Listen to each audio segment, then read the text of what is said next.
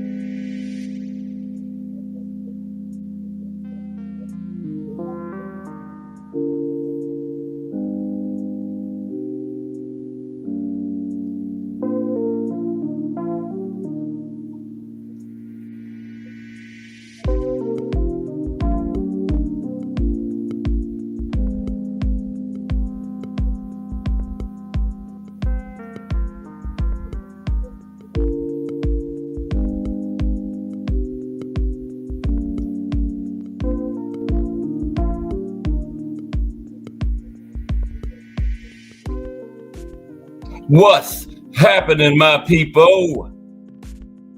It's Cat Sports again, back for another afternoon with the family. Now, as usual, before I get started, let me give a shout out to the JBT community. It's just boxing talk. We're a group of people who just love to talk boxing. And we're always looking for others to join us. And you don't have to have a podcast or be a content creator. The only requirement is you just have to love to talk boxing. That's all. Miss Cass, hashtag JBT.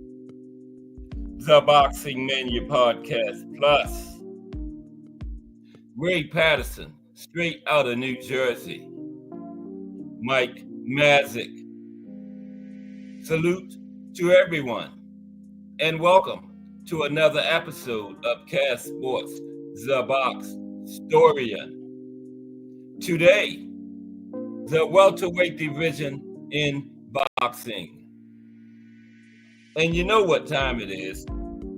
If it's Monday through Friday, 2 p.m., it's The Box Storian bringing you all that boxing history.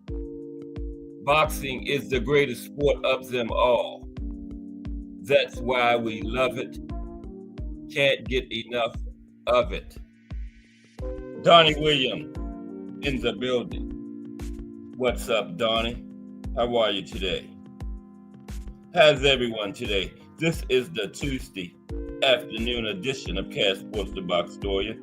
Happy Christmas Eve to everyone. We're going to have a special Christmas Day edition tomorrow. We're going to look at some of the things that happened on Christmas concerning boxing history. Got some boxers that was born on Christmas. And they got this, I think it's a UK tradition called Boxing Day. I think it happens on December 26th. I don't even know what it is yet. We find out what it is together tomorrow. But today, it's Tuesday. We're going through all of the divisions. Today is welterweight. You see Floyd Manny up there. Iconic fight, but not a good one. Two of the biggest names in the division at the time, but the fight turned out to be a dud. Floyd kind of like washed him. Made it not easy. I'm not gonna say easy because anytime you got two grown men throwing punches at each other's heads, there's nothing easy about that. But Floyd was a little dominant. But it was a big iconic fight at the time, 2015. And we're gonna look at some a little brief history of the welterweight division. When it came about and all that, and some of the all-time greats, the former welterweight greats. And we're going to look at some of the current guys, the rankings, and a little brief profile of some of the top 10 welterweights of today. We're going to do a little brief profile on them. And then we're going to look at some of the top welterweight fights of all time. Some of the great welterweight fights we had through the years, like Duran Leonard. Remember that one, 1980? At the site of Leonard when he won the gold medal. And he went up there at Fort Durand in that same arena, Olympic Stadium in Montreal, Canada. And to Sugar Ray's surprise, it was a pro-Durand crowd. Sugar Ray thought they was going to be for him since he had just been up there in 76, a few years before, and dazzled the crowd on the way to the gold medal. Sugar Ray didn't lose a round on the way to that gold medal in none of the fights. And he got up there for that fight with Duran. It was a pro-Duran crowd that threw Sugar Ray for a loop. He was already mad because Duran had talked about his whole family, his wife, his mother, his dog, everybody. So he went in there mad, and then when the crowd was pro-Duran, that really got to Sugar Ray. And fought the wrong fight, fought Duran's fight, and got beat. That's one of the great welterweight fights of all time. And Sugar Ray and Hearns. And then we got some older fights too, back in the day. A few more. We had Pernell Whitaker and Julio Cesar Chavez, the one they called the draw. We got that one. Melanin Queen 27 is in the building. What's up, Melanin Queen? Yeah, Melanin Queen. I didn't know. Wasn't that something? It was Seawood's birthday. Saturday on the raffle. It was the man's birthday. That's just amazing, man. Incredible. He won $725 4 days before Christmas, and it was his birthday. But salute Melanin Queen 27. We appreciate everything you do 1,000,000%. The moderator of moderators. Look in the dictionary. Look up moderator. It's a picture of Melanin Queen beside it. I promise you. Salute Melanin Queen. Yeah, we're going to talk about the welterweight division today, and we got a special Christmas Day edition tomorrow of Cast Sports, so don't miss that. We're going to find out what that Boxing Day is. I don't even know what it is. Like I said, we're going to find out together, okay? And I got some more highlights of boxing history for you while we're waiting on 2:30 to get here. And then let's look at the week first. Oh, you are very welcome, Melanin Queen. You deserve it. 1,000%. Oh, you got it already? Okay. That's good. We wanted to make sure you got it before Christmas. Jay was trying to get everything in by Friday. Oh, that's beautiful. Oh, man, I'm glad you got it before Christmas, Melanin Queen. Yes, you deserve it. I'm happy now. Was kind of worried about that, but beautiful. Yes. Melanin Queen has her Christmas present before Christmas. It's Christmas Eve. Happy Christmas Eve, everybody. But highlights of boxing history. We're up to the 60s, right? 60s. And I got my picture. I remember I got a note right there. Show your picture from the 60s when you're doing the highlights of boxing history in the 60s. I wrote it down. I always forget to show. I show you the picture afterwards. But I wrote it down. It's right there in black and white. show the picture while you're talking about the highlights of boxing history from the 60s. There's a historic 60s picture. Ali standing over Sonny Liston, telling him, "Get up, chump. Nobody will believe this. I didn't even hit you and you went down." Right? So Ali was telling him, "Get up. You know, it's going to look like a dive," which everybody believed it was. But let's look at some highlights of boxing history from the 60s. Okay. Oh, you got it yesterday. Okay. Lovely police, they had me bawling like a baby. That was our intentions. Okay. Highlights of boxing history. Let's get started on that. And then 2:30, we're going to start talking about this welterweight division. Welterweight was one of the original 8, remember? Because boxing started out, we didn't have the juniors and the supers, the tweener divisions. We just had 8. But was it, featherweight, bantamweight? Well, bantamweight, flyweight, bantamweight, featherweight, lightweight, welterweight, middleweight, light heavyweight, and heavyweight. Yeah, that's 8. I finally got it right because I never name all of them. I got it right that time. Okay, highlights of boxing history. Okay, on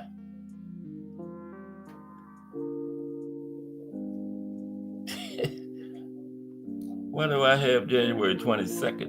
Oh, right, January 22nd, 1960. Excuse me for a minute. Got some technical difficulties. Oh, I'm on 1970. No wonder this is not right. Bear with me for a couple of minutes. I got to get the 60s up. I had the 70s. My bad. But how's everybody ready for Christmas? I know C. Wood is. He won that $725, and it was his birthday. That was really threw me for a loop when Jay Hardcore told me. I was like, "What? His birthday?" That is really incredible, man. Wow.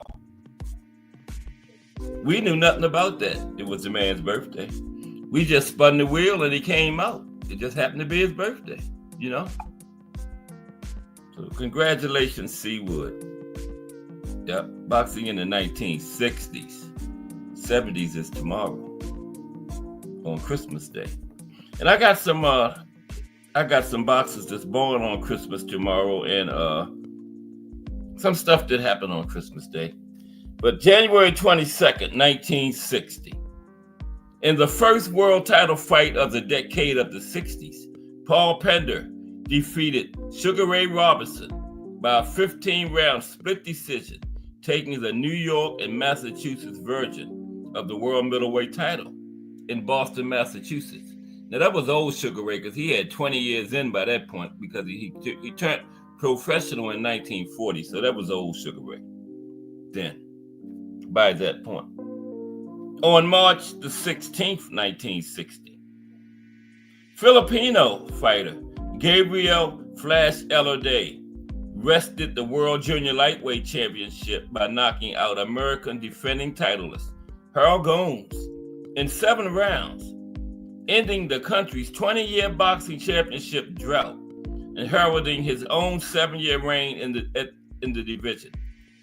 Yeah, at that point, March 16, 1960, the Filipinos had not won a championship fight since 1940. Wow. Of course, Manny wasn't around then. Yeah, the Philippines went 20 years without winning a championship fight. On March 16th, Gabriel Elorday ended that. Flash Elorday. In the argument, when you talk about greatest Filipino fighters, Flash Elorday, Pancho Villa, Manuel Pacquiao, yeah, all in the conversation.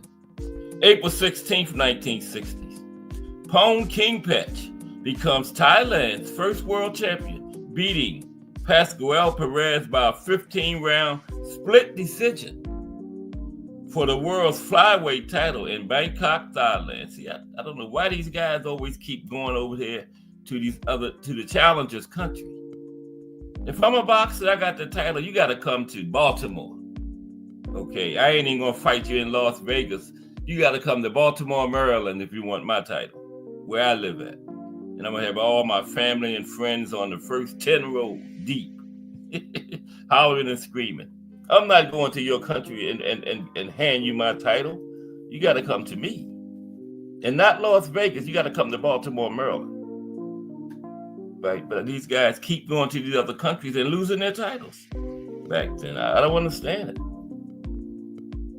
Okay, 1961. March 4th.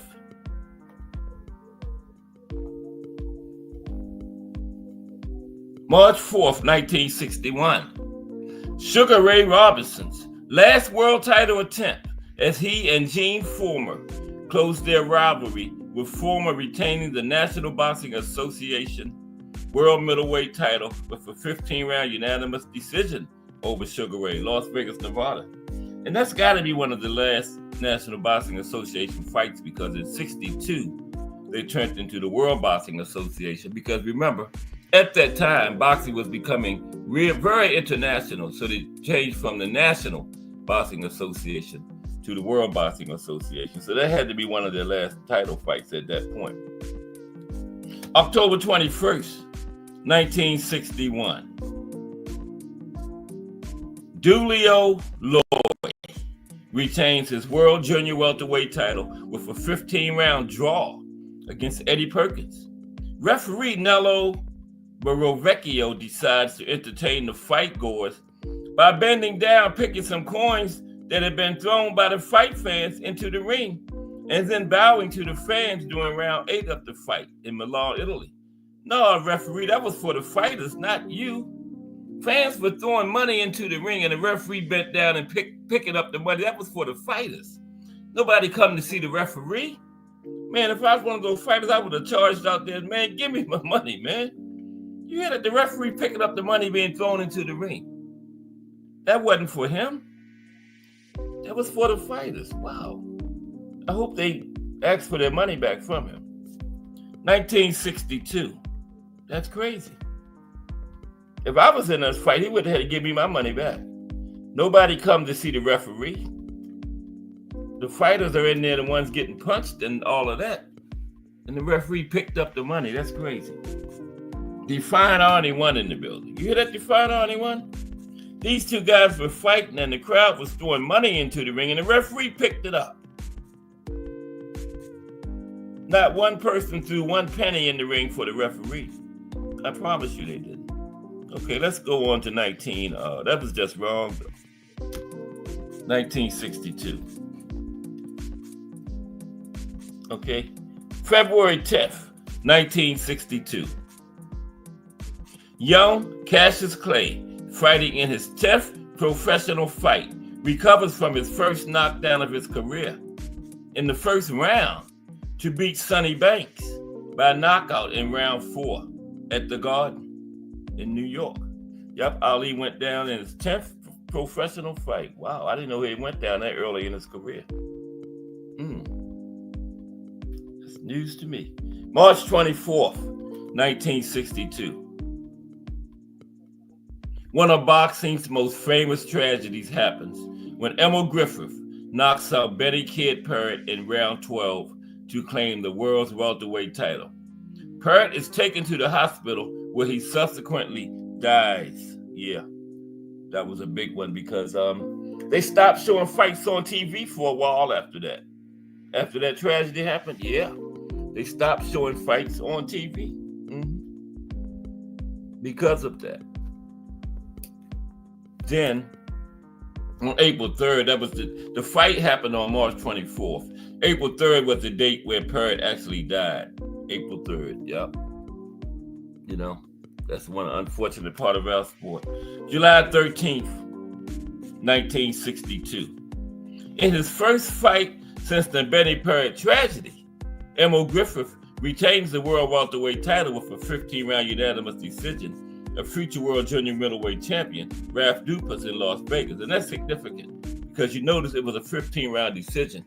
And Emil was getting him up out of there before that, but he was never the same after that tragedy. Yeah, started getting a lot of decisions and stuff after that. Right, only in boxing you find Arnie. But yeah, his next fight, Emil got a 15-round decision, and he had a lot of pop at welterweight, but he was never the same after that. And that's understandable, Man died because of the result of his punches in the ring. So, yeah. Earlier in the century, like the 1930s, Buddy Bayer, a guy, died as a result of fighting him. And they actually charged him with manslaughter. Nothing came of it. He beat the charge, but he actually got charged with manslaughter from a fight in a boxing ring. How could that be? No way you could prove intent. You're in there fighting, hitting each other. How can you prove this man intentionally? But manslaughter, they said he didn't intentionally, but it was responsible. But no, nothing came of that. He should never have been charged. That's crazy. But fortunately, nothing came of it. That was just crazy. September 25th, 1962, Sonny Liston becomes world heavyweight champion, knocking out Floyd Patterson in the first round in the Windy City, Chicago. And then he knocked him out the next year. Fights were carbon copies of each other. The second one was like 4 seconds, just 4 seconds sooner, almost the exact same time in the round, just 4 seconds earlier than the first. And that's why Cus D'Amato kept Floyd Patterson away from Sonny so long, because Cus knew what was going to happen. He knew exactly what was going to happen. But Floyd fired Cus as his manager because he wanted to fight Sonny. You got to give Floyd his respect for that. He wanted to challenge himself against the guy. Cus tried to tell him, "You're going to get knocked out in the first round, Floyd." But Floyd said, "I don't care. I want to fight him, man." He got knocked out in the first round twice. December 20th, 1962. Denny Moyer becomes the first world champion in history in the brand new junior middleweight division, 154. That was the first championship fight, December 20th, 1962. Denny Moyer was the first junior middleweight champion. He beat Joey G. Ambra by a 15-round decision. Portland, Oregon. Let's go to 1963. Okay. Well, we might not finish the 60s. It's already 225. March 21st, 1963. A world title doubleheader in Los Angeles. Luis Rodriguez wins the world welterweight title by defeating Emil Griffith. Because see, Emil wasn't the same after that. He got beat this time with a 15-round decision. He was holding back. Then the doubleheader turns tragic. Wow, ain't that something? When Sugar Ramos takes the world featherweight title away from Davey Moore, who would later die of the injury suffered in the fight. So Emil Griffith was in the first fight, had died because of punches from him a few years before that. Then he was on the same card where another fighter died. So I know that really had to affect him. He was on that same card where another fighter died because of injuries suffered in the ring. And then the fight happened on March 21st, and March 25th was when Davey Moore actually died, right? And his death led to Pope John the 23rd describing a boxing as barbaric. And the Bob Dylan song, "Who Killed Davey Moore?" Remember that one? Bob Dylan, "Who Killed Davey Moore?" Yep. June 18th, 1963. Cassius Clay suffers a knockdown at the end of round 4 at the hands of Henry Cooper. And then he rips off his glove in the corner before round 5, making trainer Angelo Dundee go to the locker room to get a new glove and giving him time to recover. Cooper succumbed to his tendency to cut. With blood streaming down his face, the referee was forced to stop the fight in round 5 in London, England. Now, see, Ali cheated because he was really hurt by the knockdown from Cooper. And he made Angelo Dundee go replace his gloves to give more time to recover, because he may not have recovered. He may have had his first loss way back then. But he had been down a few times before Joe Frazier dropped him in 1971. I used to think that was his first knockdown, but no, he had been down a couple times. Remember, like 1960, in his 10th fight, he went down in the first round. Yeah. But yeah, he took his glove off to buy time. Angelo went all the way back to the dressing room to get him another glove. Mike Rim in the building. What's up, Mike Rim? And Hezari in the building. How are you, Hezari? We're just talking about some highlights of boxing history. Then we're going to talk about the welterweight division. But salute to Mike Rim and Heather E. in the building. Good to see you, Heather E. Appreciate you stopping by today. Okay, we're in 1963.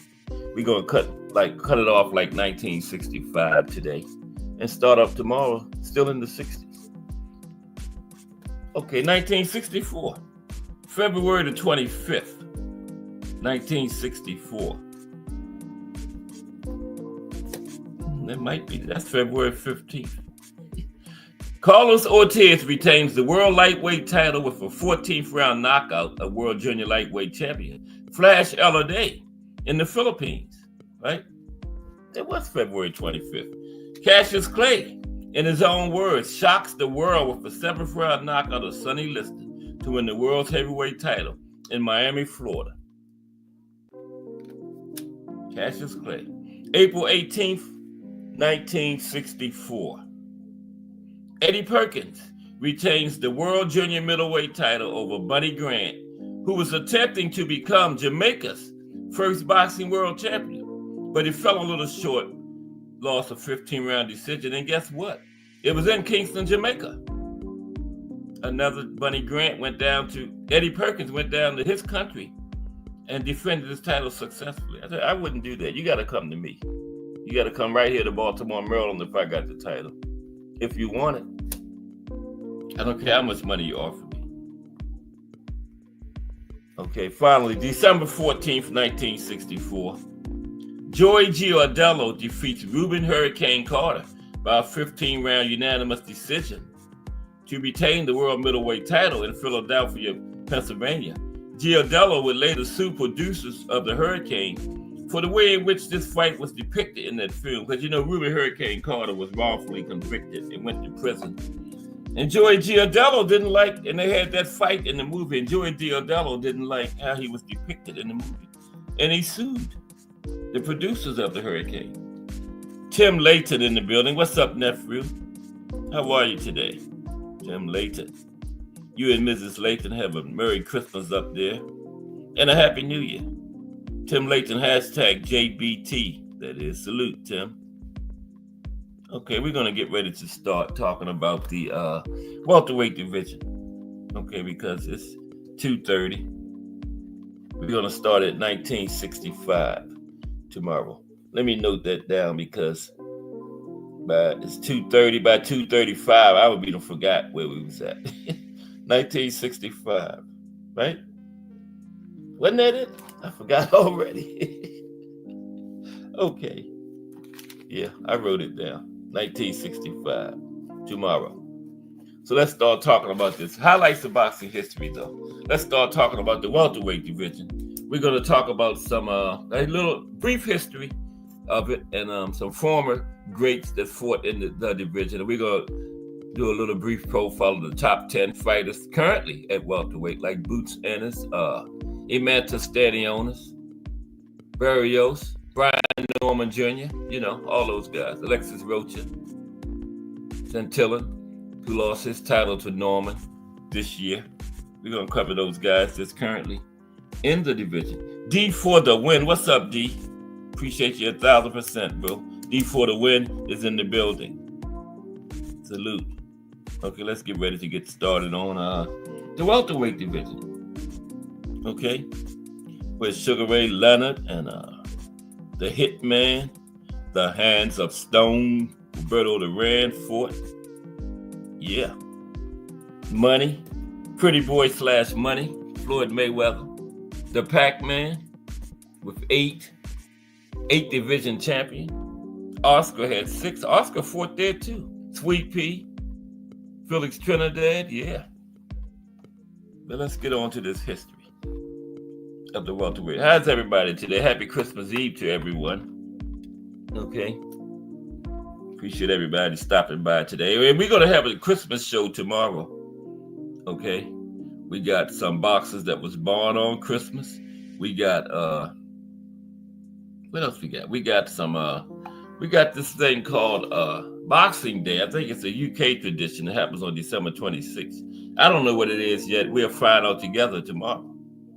And some fights that happened on Christmas Day too. All's that tomorrow. And don't forget Friday, the profiles are Hawk, Aaron Pryor. The Hawk. Yep, that's my middle name, Aaron. Yep.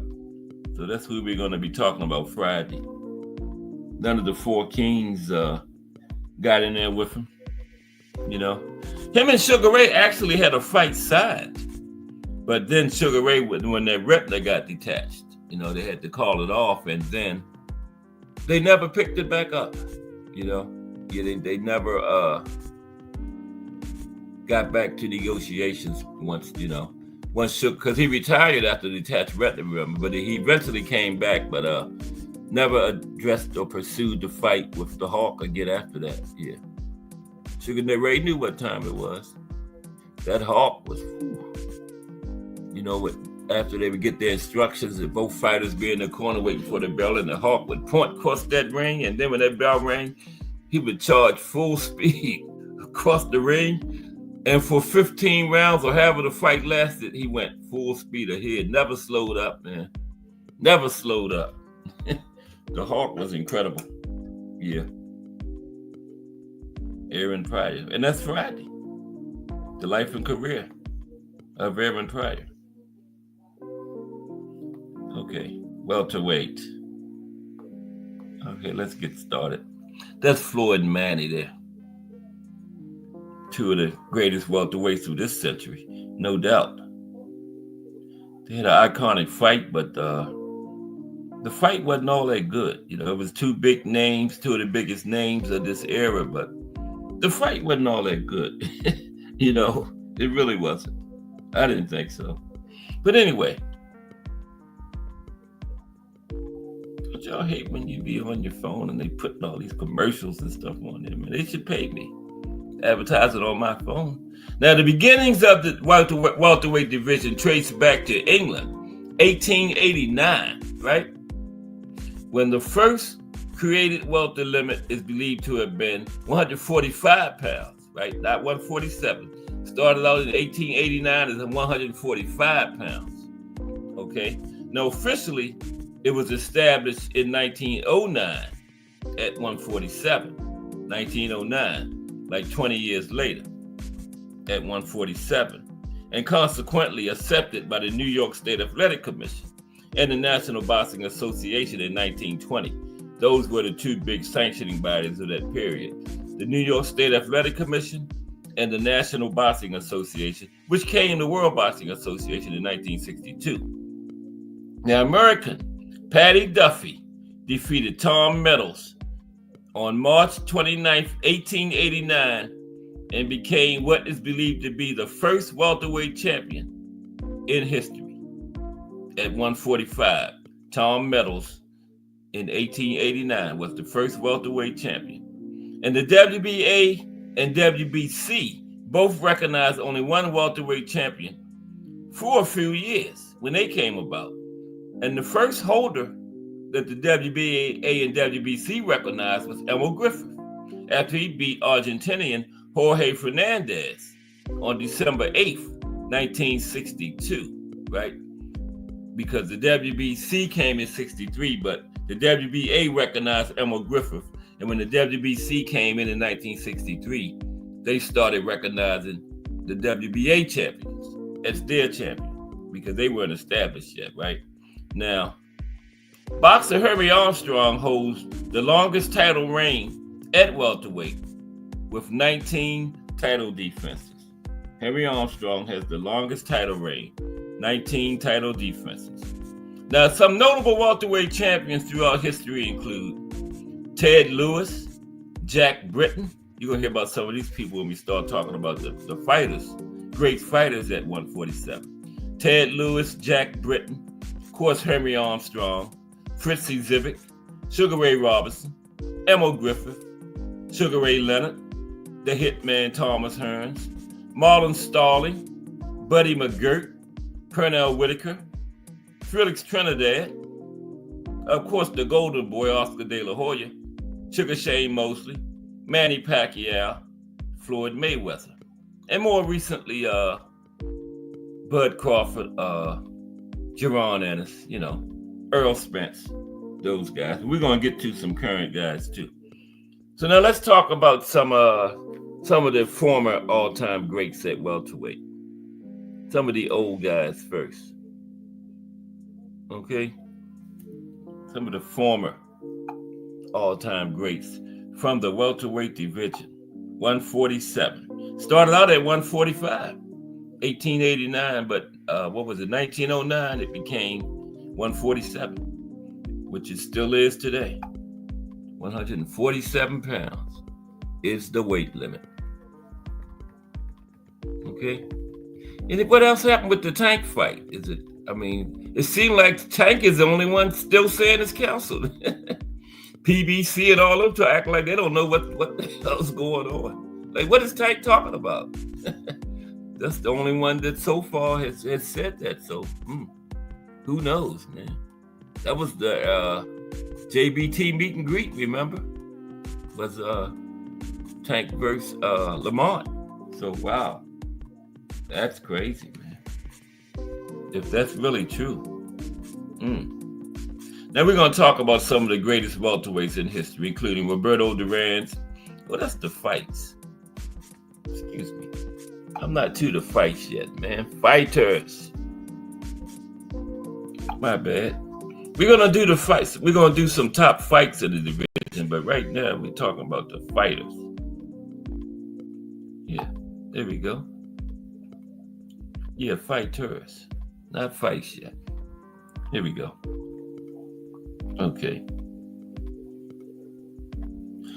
we're going to start out with Ted the Kid Lewis. There's Ted the Kid. Some of the top welterweights of all time. Just a little brief rundown on them, that's all.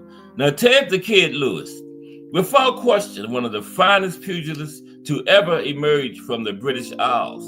Lewis had 300 fights in his career before all was said and done. Fighting from bantamweight all the way up to light heavyweight. That's a wide range. From bantamweight 118 to light heavyweight 175. What is that like? 157 pounds, right? 57 pounds he covered. Wow, from bantamweight to light heavyweight. His greatest triumphs were at 147, though, where he won the world title, battling for it repeatedly against hated rival Jack Britton. Yep, Ted the Kid Lewis went all the way from 118 to 175. And his heated rival is next, Jack Britton. It's Jack Britton. Kind of look like the same person a little bit, but they're different. It's Jack Britton. Okay, Jack Britton. Now, they called Jack Britton the boxing marvel, and for good reason. He was a true ring master. He was a prolific champion, had 37 title fights to his credit, and he made up for his lack of serious punching power with technical ability and ring smarts. He beat such top talents in his era as Michael Dowd, Charlie White, Mickey the Toy Bulldog Walker, and his great rival, the one we just talked about, Ted the Kid Lewis. Now, these not in any kind of order of best to worst or worst to best. Just some of the top welterweights in history. Because if it was in order, Hitman would be way down the list. Next is the Hitman, Thomas the Hitman Hearns. There he is. I don't know who that is. Is that Benitez? Yeah, that is Benitez, right? He's fighting there. Yeah, looks like Wilfred Benitez. Now, the gifted fighter they called the Motor City Cobra rendered helpless such top welterweight talents as Angel Espada, Pepino Cuevas, Randy Shields, Roberto Duran, before giving Sugar Ray Leonard one of his toughest fights. Right, he had Sugar Ray. Sugar Ray needed a knockout by round 14, and he got it. All Hearns had to do was make it to the cards, but he didn't make it, right? He also defeated Wilfred Benitez, and like I said, knocked out Roberto Duran. Hearns would later become the first fighter in boxing history to win world titles in 4 different weight classes. Yeah, Hearns was first. Now, Aguayo tried for 4 first, 2 times against the Hawk, who we're going to talk about Friday, but Aguayo fell short against the Hawk twice. Next, Jose Napales. Here's Jose Napales. Now, Jose was slick, smooth, and potent, called the Manta Killer. He was a complete fighter and a dominant champion. Top shelf battlers Curtis Coates, Hedgeman Lewis, Ernie Lopez, Emil Griffith, Clyde Gray, Billy Backus, and Armando Muniz are among those who felt in Napoleon's unique combination of skill and power. Yeah, he beat a lot of big names from his era. Jimmy McLarnin, the great legendary Jimmy McLarnin is next. There's Jimmy working out on the the speedball or whatever they call it, something like that. But Jimmy McLarnin, call him the Murderous Mick, the Belfast Spider, the baby-faced assassin, or the Hebrew Scourge. But whatever you call him, know that you're talking about one of the two greats of the prize ring. A two-time welterweight champion, McLarnin boasts wins over such fellow luminaries as Lou Ambers, Barney Ross, Tony Canzonieri, Billy Patrol, Fidel LaBarba, Charles Bud Taylor, and Young Corbett III. Kid Gavilan. We're doing something on welterweight. You got to hit the kid in there. Kid Gavilan. There's the kid. Kid Gavilan. The Cuban Hawk, owner of both the famous Bolo Punch and one of pugilism's hardest chins. He was a prolific and popular battler during the 1940s and 50s. Nazi wins over a who's who of great fighters, including Bojack, Billy Graham, Carmen Basilio, Tony Gennaro, Johnny Bratton, Ralph Tiger Jones, and Ike Williams. He also gave Sugar Ray Robinson two of his toughest fights, and he held the world title from 1951 to 1954, 3-year range, before losing to Johnny Saxton under most dubious circumstances. Kid Gavilan. The great Barney Ross. We're going to look at some current welterweights next. There's the great Barney Ross. He was a truly heroic figure in boxing history. Ross was smart, cagey, and incredibly tough.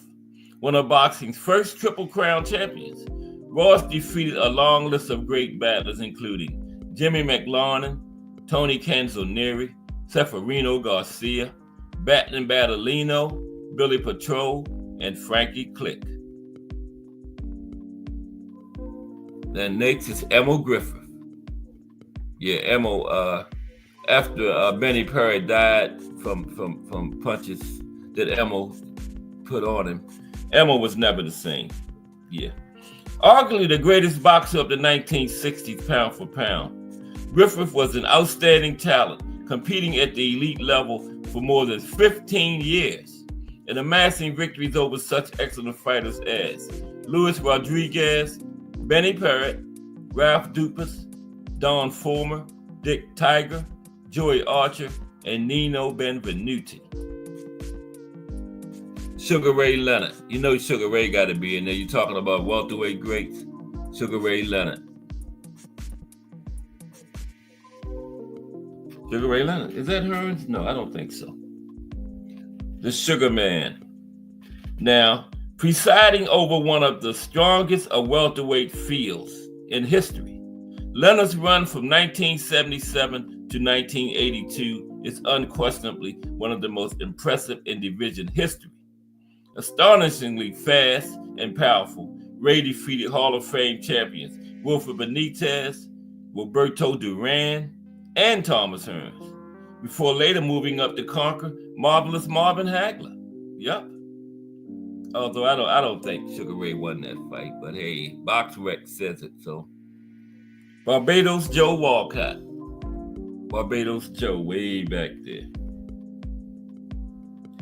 Now, the hard-hitting Barbados Demon stood just over 5 feet tall, fighting at welterweight. I think he was like 5'1".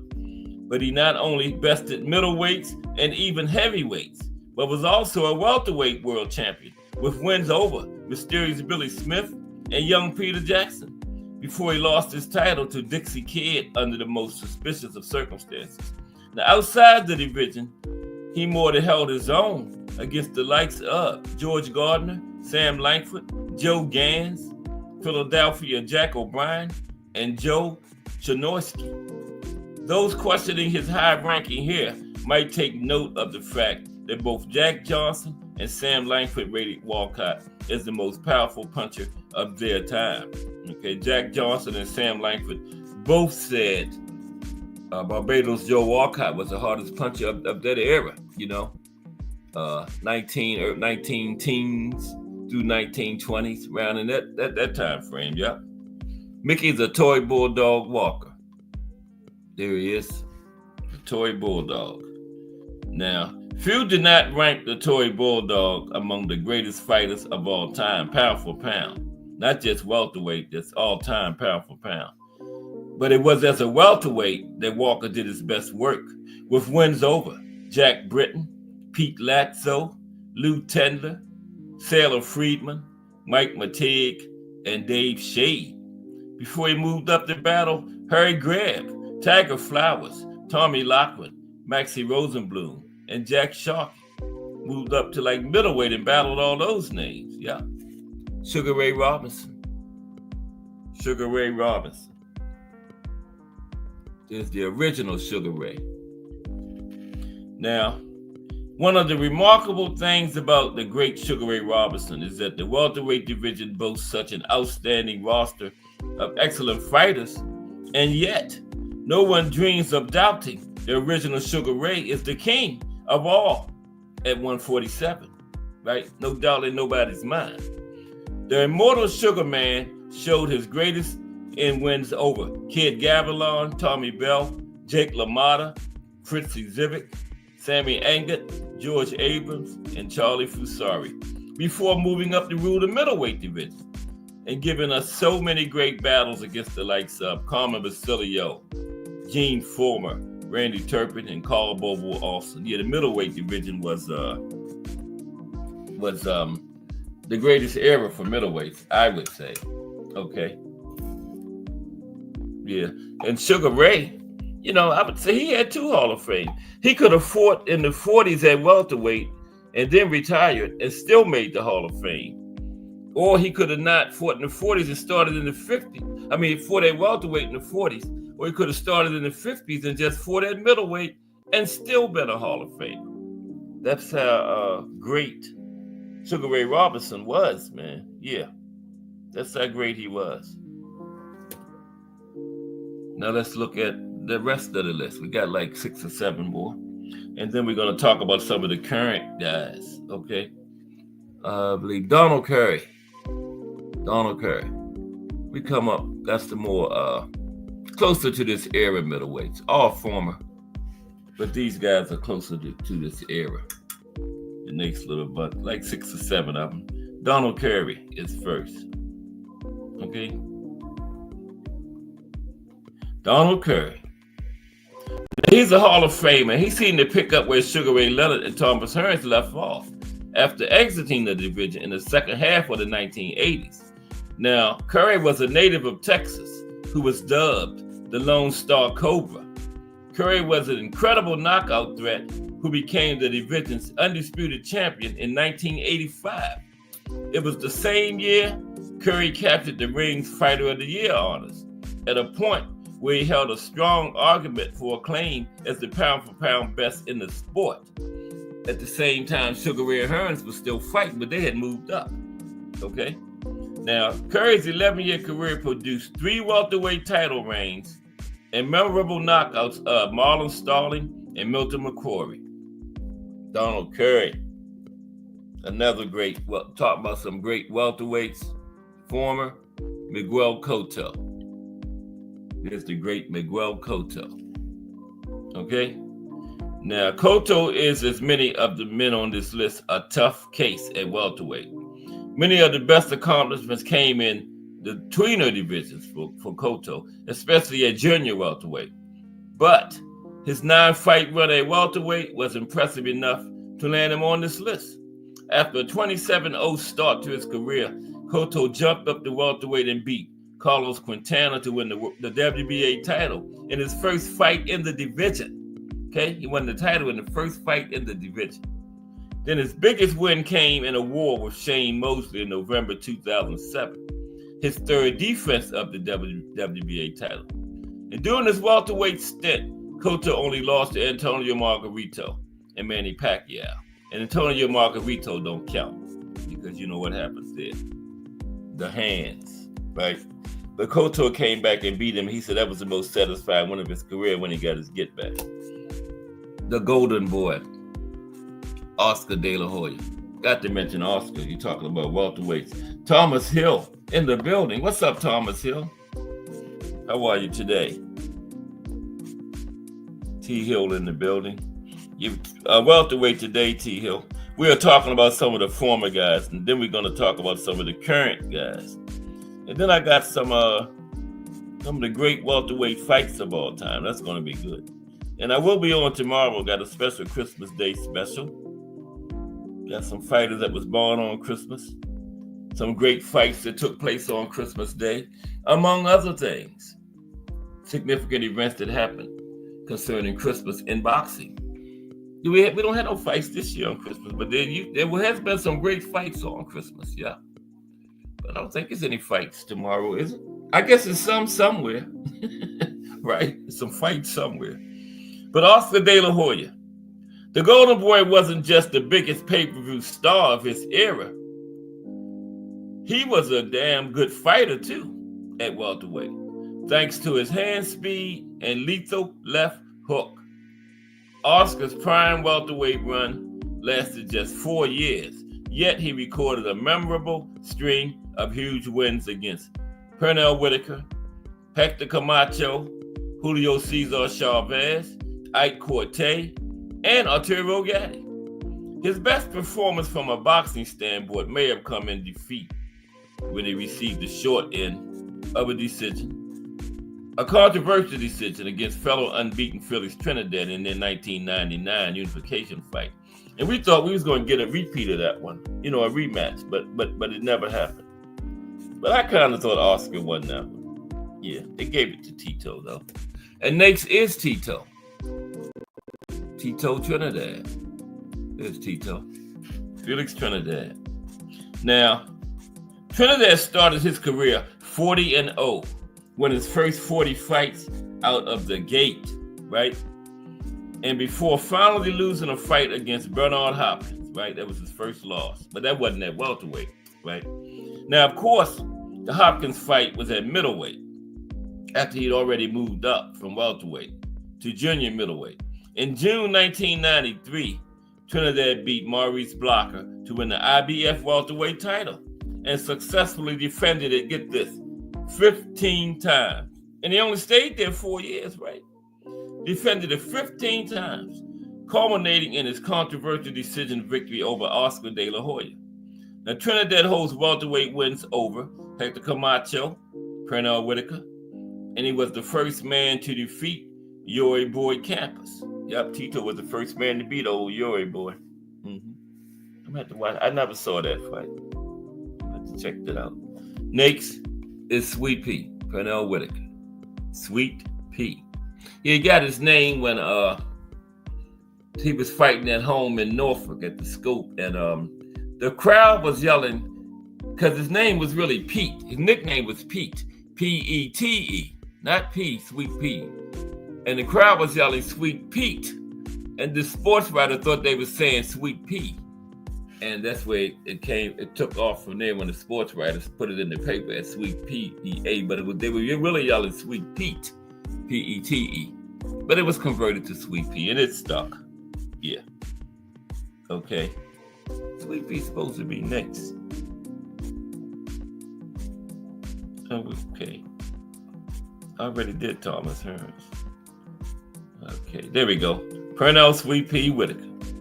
Now, Sweet Pea won titles over 4 weight classes, with his most notable stints being at lightweight and welterweight. Now, at 147, Whitaker beat James McGirt to capture the WBC and lineal titles in March 1993. And he would hold those titles until losing to Oscar De La Hoya in April of 1997, right? And Sweepy was known as one of the best defensive fighters in boxing history. Whitaker slickly moved his way through the welterweight division, and age allowed the next generation to catch up to him, right? But Sweepy was a bad man. That man could do stuff with his upper body, man. You know how you bend over, like drop a dollar on the ground and bend over to pick it up. Sweepy could almost bend over backwards and pick it up. Seriously. The Pac-Man is next. The Pac-Man. Manny Pacquiao. He's some beautiful pictures, ain't it? Wow. Manny Pacquiao.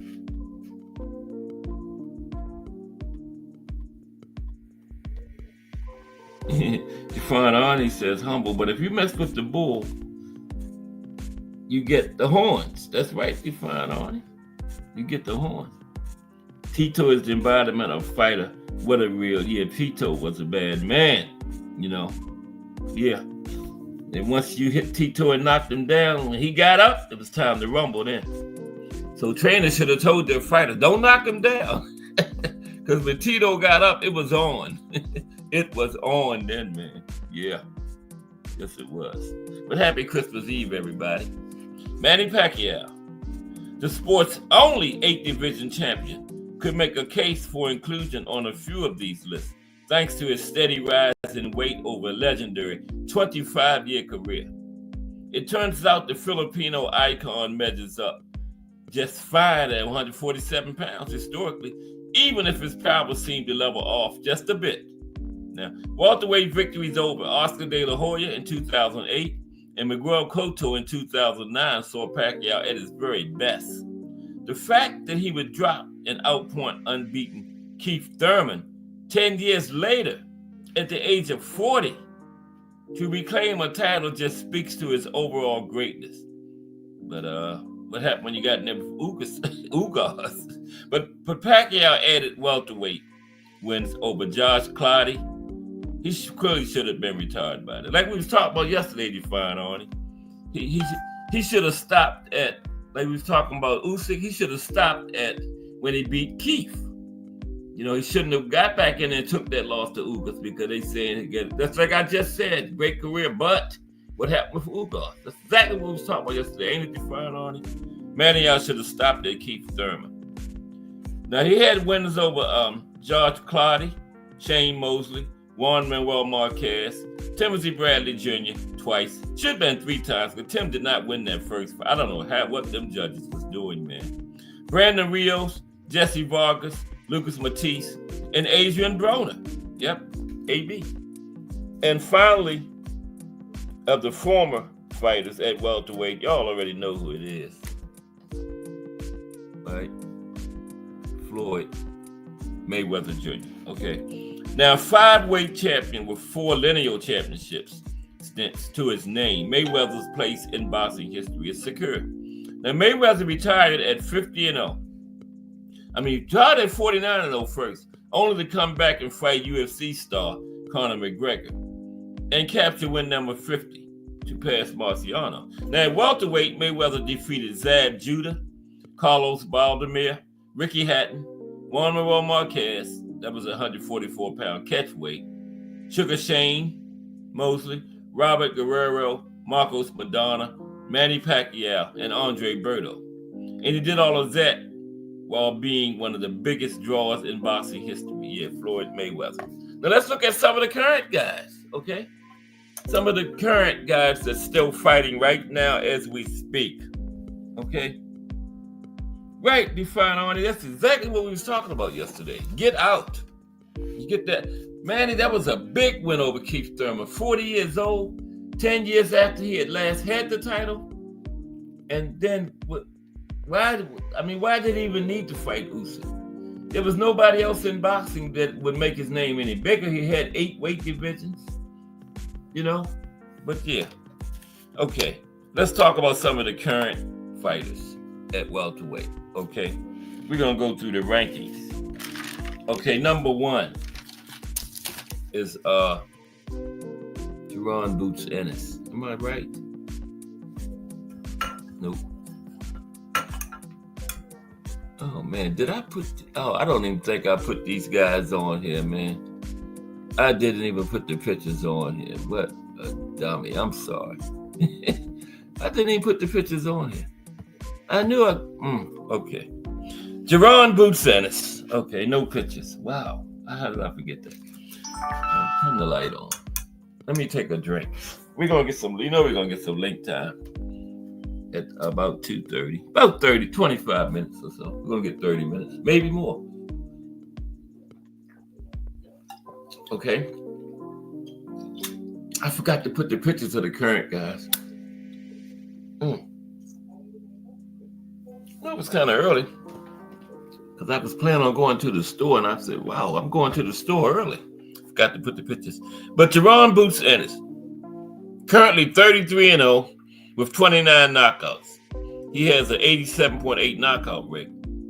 Now, Ennis has held the IBF welterweight title since 2023. And as an amateur, Ennis won a silver and gold medal at the U.S. National Golden Gloves Championships in 2014 and 2015, respectively. Okay, number 2, Crush the Legend in the building. What's up, Crush? Crush, you forgot backseat of my Jeep again, bro. You know, for LL Cool J, that's my favorite. Backseat of my Jeep, let's swing an episode. Backseat of my Jeep, let's swing an app. I know you remember that one, Crush.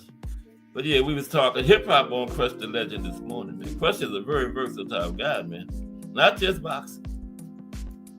You know, well versed in a number of subjects. Crush the Legend, Coffee and Donuts, Monday through Friday, 6 a.m. Salute, Crush. Talking about the welterweight division today, Crush. We're up to the current fighters. Ken Saul Love 1. What's up, Ken Saul Love 1? And happy Christmas Eve to everybody, too. Ken Saul Love 1 in the building. Salute.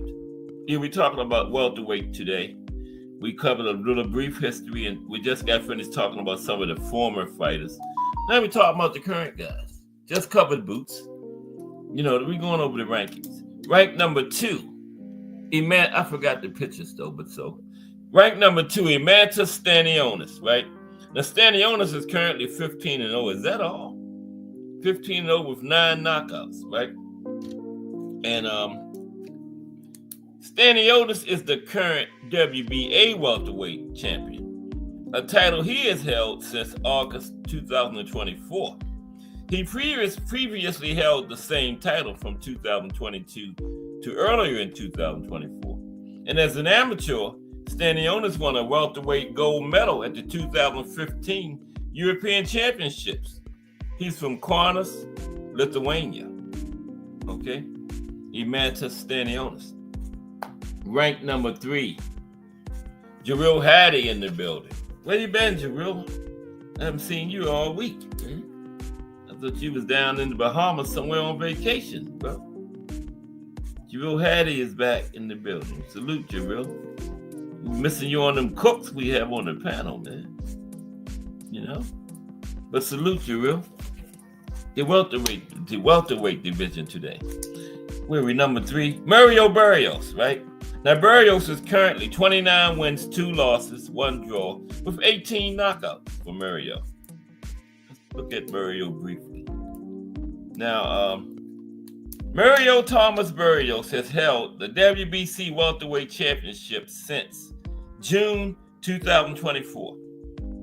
He also previously held the WBA regular version of the super lightweight title from 2019 to 2021.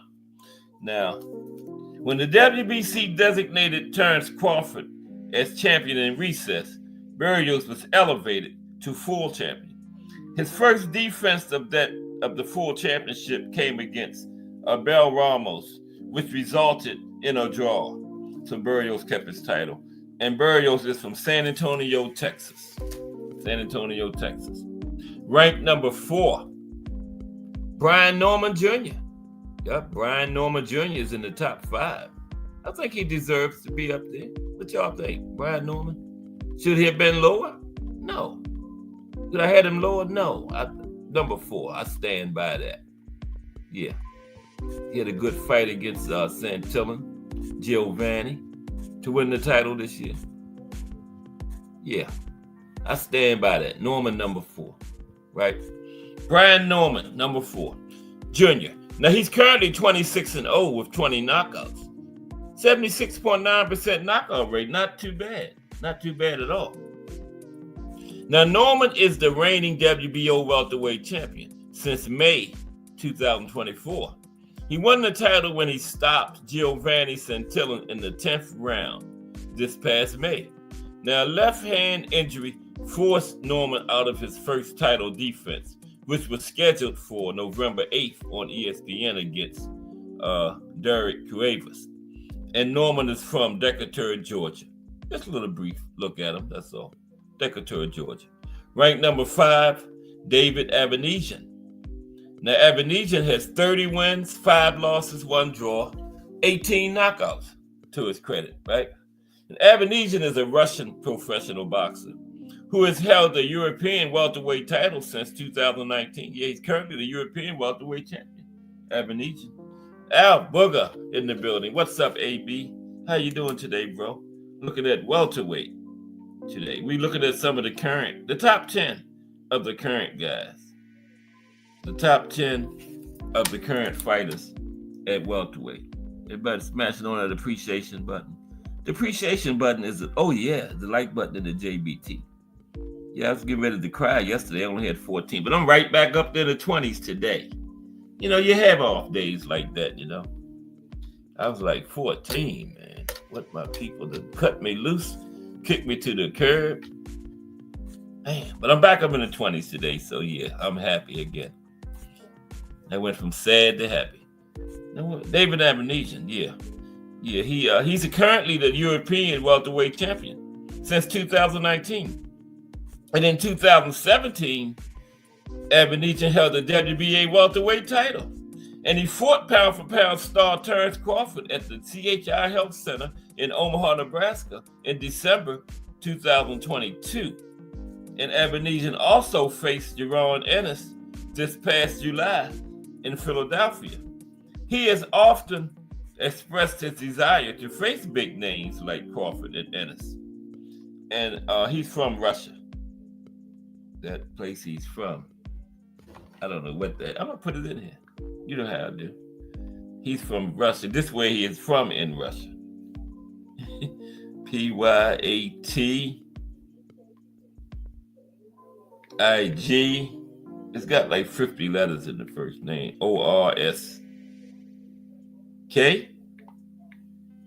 Okay, that's the first one. Then S-T-A-V. R-O-P-O-L. That's the second one. And then Russia. I can pronounce Russia. But that's where David Avanesian is from. Now, y'all know good and well I couldn't pronounce that, right? Y'all know Cass Sports could not pronounce that. But I can pronounce Russia. Okay, he's from Russia. Ranked number 6, Giovanni. I keep reaching to throw the picture, but I didn't put the pictures in there. I took them. Giovanni Santillan. Now, Giovanni is 33-1, 18 knockouts. He just suffered his first loss in May to Norman Jr., remember? Now, Santillan is a San Diego, California-based American boxer who has competed since 2012, right? Veteran. He started boxing at age 8, and he has a close bond with his father, Guillermo, who trains him. Now, Santillan is known for his aggressive fighting style, using his shoulders, head, and elbows, everything, to back opponents in the corners. He's a very physical guy. In May 2024, he lost his WBO title to Brian Norman Jr., but Santillan said he learned from the experience and he is determined to come back stronger. From San Diego, California. Giovanni Santillan, okay? Former champion at welterweight. Ranked number 7. Houston, we have a problem. Shaq Ram, something. Shaq Ram Giyasov. Shaq Ram Giyasov. Okay, here we go. Pronounce it for yourself.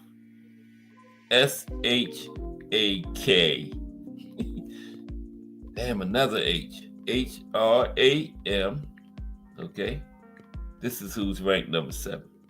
Giysov. There you go. That's who ranked number 7. I'll call him SG. Ranked number 7, SG. He's 16-0 with 9 knockouts, never been beaten. Now, SG is an Uzbek professional boxer. As an amateur, he won a silver medal at the 2016 Summer Olympics in Rio de Janeiro, Brazil. As a welterweight, he got the silver medal, came in second. He started boxing when he was 12 years old in Bukhara Sports School under the trainers Olim Mukhmadov and Rayshawn Kajayev. Bukhara, he's from Bukhara, Uzbekistan. Okay, that's where he's from. Number 8, we're going to go over some of the great fights, then we're going to drop the link. Alexis Rocha is number 8. Oh, shit, I went to show the picture. I don't have no pictures. I keep hitting that button for. Alexis Rocha is number 8. Alexis is currently 25-2 with 1 draw, and Alexis has 16 knockouts to his credit, right? And Rocha began his professional boxing career in 2016. He won his first 16 fights before suffering his first loss, a unanimous decision, to Rashidi Ellis in 2020. Now, Rocha got right back to his winning ways and has only had 1 loss in 11 fights since that first loss. And he's currently holder of the NABO welterweight title.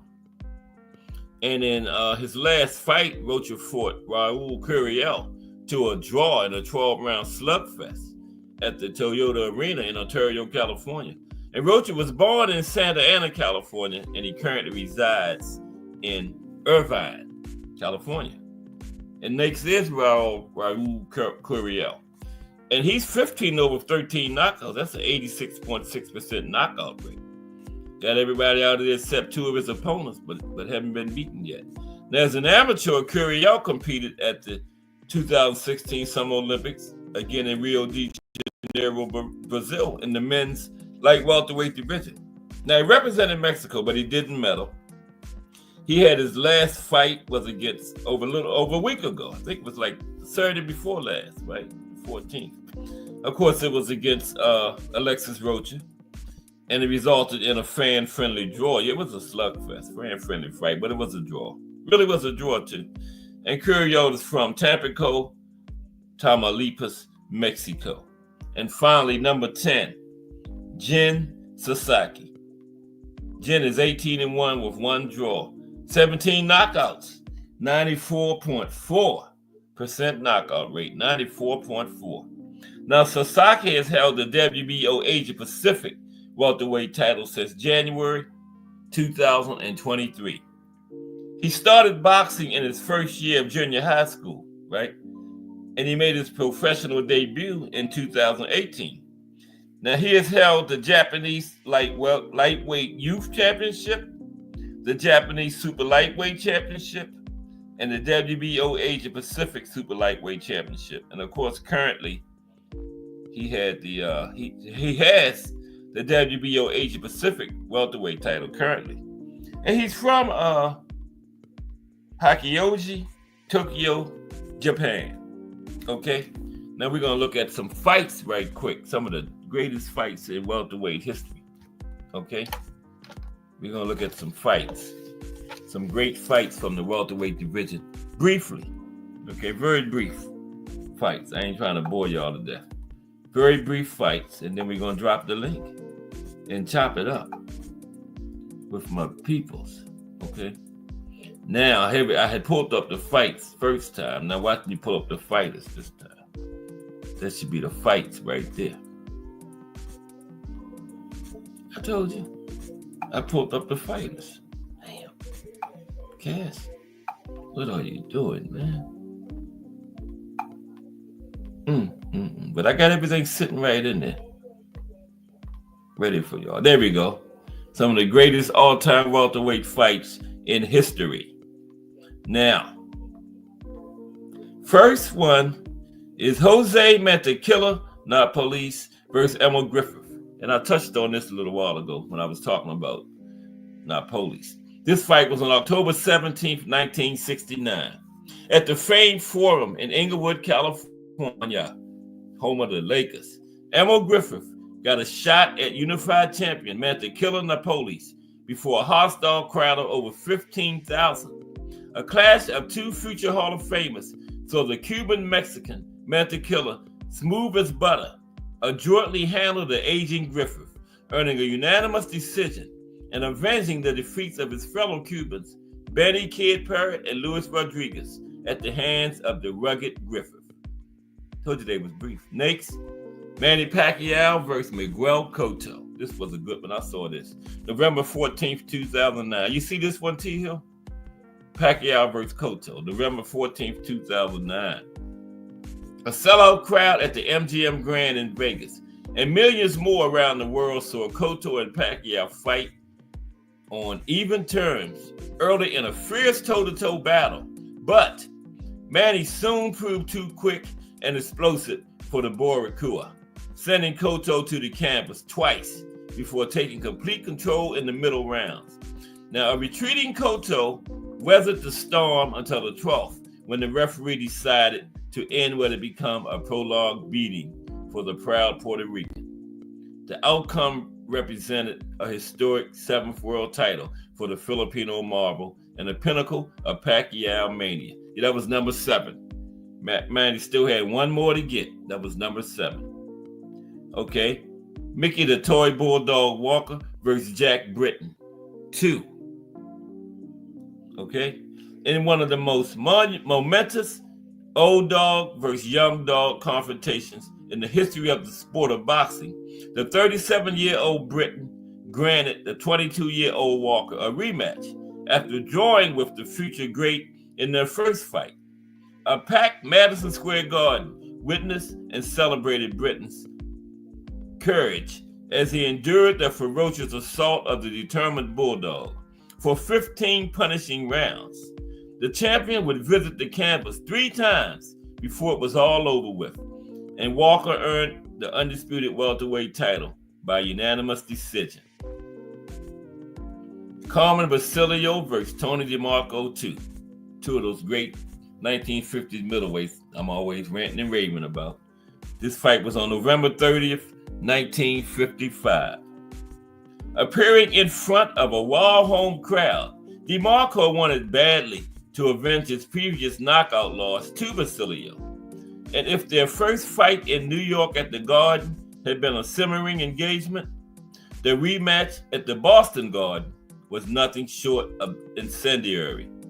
By the middle rounds, DeMarco's power punches had Basilio in serious trouble, but the indomitable New Yorker willed himself back into the contest, fighting fire with fire and earning a stoppage after dropping DeMarco twice in the 12th round. And this fight was Ring Magazine's Fight of the Year for 1955. Okay? Next, Sugar Shane Mosley versus the Golden Boy, Oscar De La Hoya, June 17th, 2000. I saw this one. Yep. Now, the Golden Boy was looking to redeem himself after his controversial loss to Felix Tito Trinidad. Sugar Shane Mosley wanted to make himself not just a former champion and a top talent, but a major attraction. Everyone in boxing knew this was a dream match between 2 of the best pound for pound, both in their primes, right? Clashing for world title belts. A huge crowd showed up for the biggest fight of the year, and all got their money's worth, as Oscar and Shane put on a tremendous display of high-octane boxing. It was fast-paced and highly competitive all the way, but it was Sugar Shane who rallied in the late rounds to secure a razor-close points win. Sugar Shane pulled it out over the Golden Boy. Sugar Ray Leonard versus Wilfred Benitez, November 30th, 1979. A dream match between gifted boxers. Benitez versus Leonard So the 23-year-old Sugar Ray Leonard challenged the 21-year-old Puerto Rican phenom for the WBC world title on live primetime television. It was an intense tactical battle at Caesar's Palace in Las Vegas, Nevada, with the pugilists jousting for position and working to foil the other man's attack, a task made more difficult by both combatants' prescient reflexes and amazing counterpunching abilities. In the end, Leonard earned his first title thanks to his hand speed advantage and excellent finishing instincts as he forced a dramatic stoppage in the final seconds of the fight. Sugar Ray Robinson versus Kid Gavilan 2, July 11th, 1949. In front of almost 30,000 sports fans at Philadelphia's Municipal Stadium, the original Sugar Ray defended the welterweight crown against the great Gavilan, who came up short in the rematch after giving the champ all he could handle the first time, right? Then the first fight was like a year before this one. Now, Robinson suffered a cut over the right eye early on, which stubbornly bled throughout the rest of the fight. But in the end, the class of Ray was the defining factor that earned him a hard-fought points victory over the Cuban Hawk. Okay, now I gotta get down because okay, let me get up here too, but I did have a shot of this one. There we go. Okay, Pernell Whitaker versus Julio Cesar Chavez, September 10th, 1993. Sweet Pea and El Cesar de Boxeo, two of the very best of their era, matched pugilistic wits before 60,000 frenzied fans in San Antonio, Texas. Now, despite the lofty pedigree enjoyed by both fighters, the contest was more controversial than competitive, as the gifted Whitaker clearly outboxed Chavez for the better part of 12 rounds, leaving the great Mexican confused, frustrated, and reliant on the judges to grant him an infamous draw, a verdict so irreverent it even drew the ear of many Mexican fans in the Alamo Dome that night. Some of Chavez's fans were upset by that decision. And a picture, what they say, a picture speaks 1,000 words or something like that, right? Let me get that out of the way. A picture speaks 1,000 words. I got two pictures. Okay, that's the first one. That's what Sweet Pea looked like after the fight. And that's what Sports Illustrated had the very next week on the cover. Robbed. Yeah, that was terrible, man, what they did to Sweet Pea that night. He gave Chavez a boxing lesson, man. And I like Chavez, but I'm just keeping it 100, man. Yeah, he gave him a boxing lesson. But, you know, they gave it to Chavez. I mean, it called it a draw, you know. Yeah, but, hey, that's boxing, man. I was used to it way back then. That's why this stuff nowadays don't faze me. Because boxing has always been like that. But now, not to the extent it is now. It seems like every card got at least one robbery on it. But it's money, you know. Comes down to money. But yeah, next is, we got a couple more. Barney Ross versus Jimmy McLaurin 1. May 28th, 1934. Way back then. 1934. Ooh. Now, the first fight of the epic Ross versus McLaurin rivalry took place at the Madison Square Garden in front of more than, wait for it, 60,000 paying customers. Making the first defense of his title against Ross, McLaurin failed to adapt to the challenger's double whammy of tremendous activity and acute ring smarts. The verdict was a split decision after 15 fast-paced and highly competitive rounds. The verdict crowning a new champion. McLaurin would reign the title in the second. Now, McLaurin would regain the title in the second meeting, only to surrender it again to Ross in the trilogy, the third fight of the trilogy. All three fights were very close. Very close. Sugar Ray Robinson versus Tommy Bell 2, December 20th, 1946. No, I wasn't born. Okay, I heard somebody wondering that. Okay, now, it was the great Sugar Ray's long-awaited and overdue ascension to the welterweight throne, his first title fight. A truly historic match, not to mention an action-packed fight. And it was a routine coronation. It was no routine coronation for the legendary Robinson, as Tommy Bell was no pushover. And the 15-rounder at Madison Square Garden ranks with the toughest and most exciting battles of Sugar Ray Robinson's amazing career. A left hook dropped Robinson in the second round, but in the 11th round, it was Ray who sent Bell to the canvas. Momentum shifted often in this thrilling action-packed fight that saw Robinson take a unanimous decision, and with it, the title. Finally. Couple more.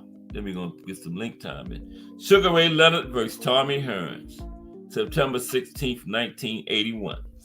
Now, with Sugar Ray and Hearns each holding a version of the title, Leonard versus Hearns was a fight to decide the one true king, as well as the best boxer in the world, pound for pound, because WBA, WBC was all we had then. That was undisputed.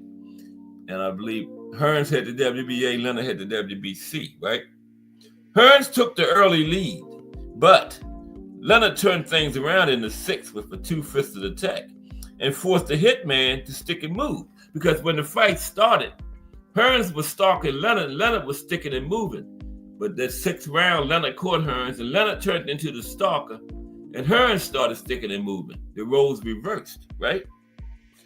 Leonard rendered the scorecards meaningless with a withering attack in round 13, and the fight was stopped in the following round, with Hearns taking a pounding on the ropes. The thrilling clash was viewed by a sellout crowd in Caesar's Palace, and millions watching via closed-circuit television. Closed circuit was the pay-per-view of the day. You know, they would show it at a movie theater in different cities, or a basketball arena, like professional basketball on a college campus, and you would pay to get in and watch it on the big screen. That was our pay-per-view back then. Only thing, you had to go out in public. You couldn't lay home in bed and watch like you do pay-per-view now. You had to go out in public and watch it, right? But I saw Hagler and Sugar Ray on the closed circuit. I think that was at the Baltimore Arena, or whatever it was called then. The name had changed so many times. I don't know what it was at that time. And finally, Roberto Duran versus Sugar Ray Leonard, June 20th, 1980. Okay, that was a classic. June 20th, 1980. The first monumental super fight of the new post-Ali era. The most eagerly anticipated prize fight since Ali versus Frazier 3, the Thriller in Manila. This was the biggest fight since then. Duran versus Leonard captured the public's imagination like few fights before or since. More than 46,000 fans jammed Olympic Stadium, and millions around the world sold out entire arenas for the closed-circuit telecast, all eager to watch Manos de Piedras or the Hands of Stone challenge the undefeated Sugar Ray. Surprisingly, Montrealers rooted for the Wild Panamanian, not for Sugar Ray, who had enjoyed such great success in the Montreal Olympics 4 years prior. And Sugar Ray was already mad because Duran had talked about his people. And then when he got there, it was a pro-Duran crowd. Sugar Ray thought he was going to have the crowd because he had just 4 years before fought there in the Olympics. And they were all cheering wildly for him then. But when he went back for that fight, it was a pro-Duran crowd that really pissed Sugar Ray off. And went in there and fought Duran's fight and got beat. But anyway, in the end, Leonard's courage, speed, and talent were not quite enough to overcome the tactical mistake of going toe-to-toe with a Duran who was in excellent condition and driven to secure the biggest win of his career. After 15 torrid and truly thrilling rounds, not to mention two of the very best performances ever from a pair of all-time greats, the close decision went to the legendary Panamanian, the Hands of Stone. Okay, and there you have it. The welterweight division in boxing, the Hands of Stone. I'm gonna drop the link there. Okay, it's 2:30. Okay, tomorrow is the Christmas special. Okay? Got a big show tomorrow. If you ain't doing nothing around 2 o'clock Christmas Day, stop by. I ain't gonna be doing nothing. I'm gonna be on here. Okay? So yeah, we're gonna have they got some boxers that was born on Christmas, some fights that happened on Christmas Day, and we got that Boxing Day. I think it's a UK tradition of this happens on December 26th. We're gonna find out what it is together. And some other significant events that happened concerning boxing at Christmas time. Okay? Hope y'all have a little bit of time in your day for me tomorrow. If not, I'll see you Thursday on the Boxing in the States with Nevada. Remember, I had to go back because I went right. I went from Montana to New Jersey, went right past Nebraska and Nevada. Bud Crawford State. And home of Las Vegas. How could I do that? You know? Wow. But yeah, I went back and did Nebraska last week. And then I'm doing Nevada tomorrow. No, Thursday. Tomorrow is the Christmas special. Right. Okay, let me get this link in. Here. Jarrell Hattie is back off his vacation. He's been down in the Bahamas for the last couple of days. Chilling. Nah, what's that? A YF? YF. Okay, let me get everything. See if everything's right.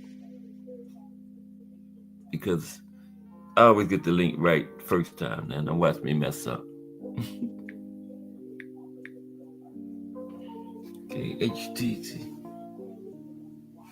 StreamYard. Yeah. This is StreamYard. Let me see.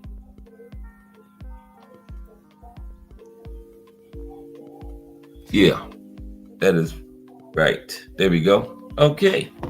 Yeah, but happy Christmas Eve, and everybody. Hope everybody have a Merry Christmas and a Happy New Year.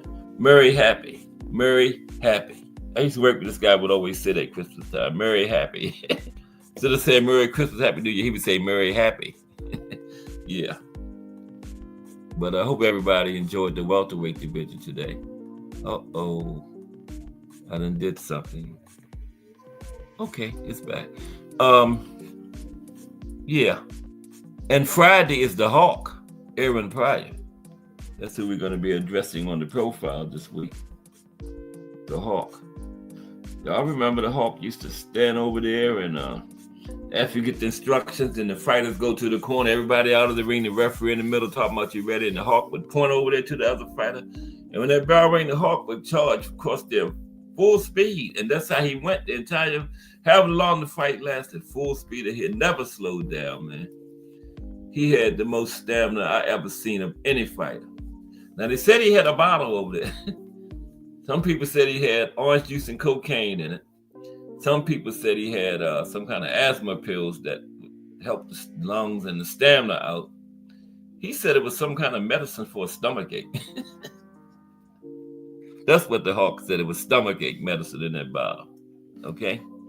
Nobody proved whether it was anything else, so I'm going to go with the stomachache medicine, right? If you don't get caught, it ain't wrong. So he did nothing wrong. He didn't get caught. Right? If you don't get caught, it ain't wrong.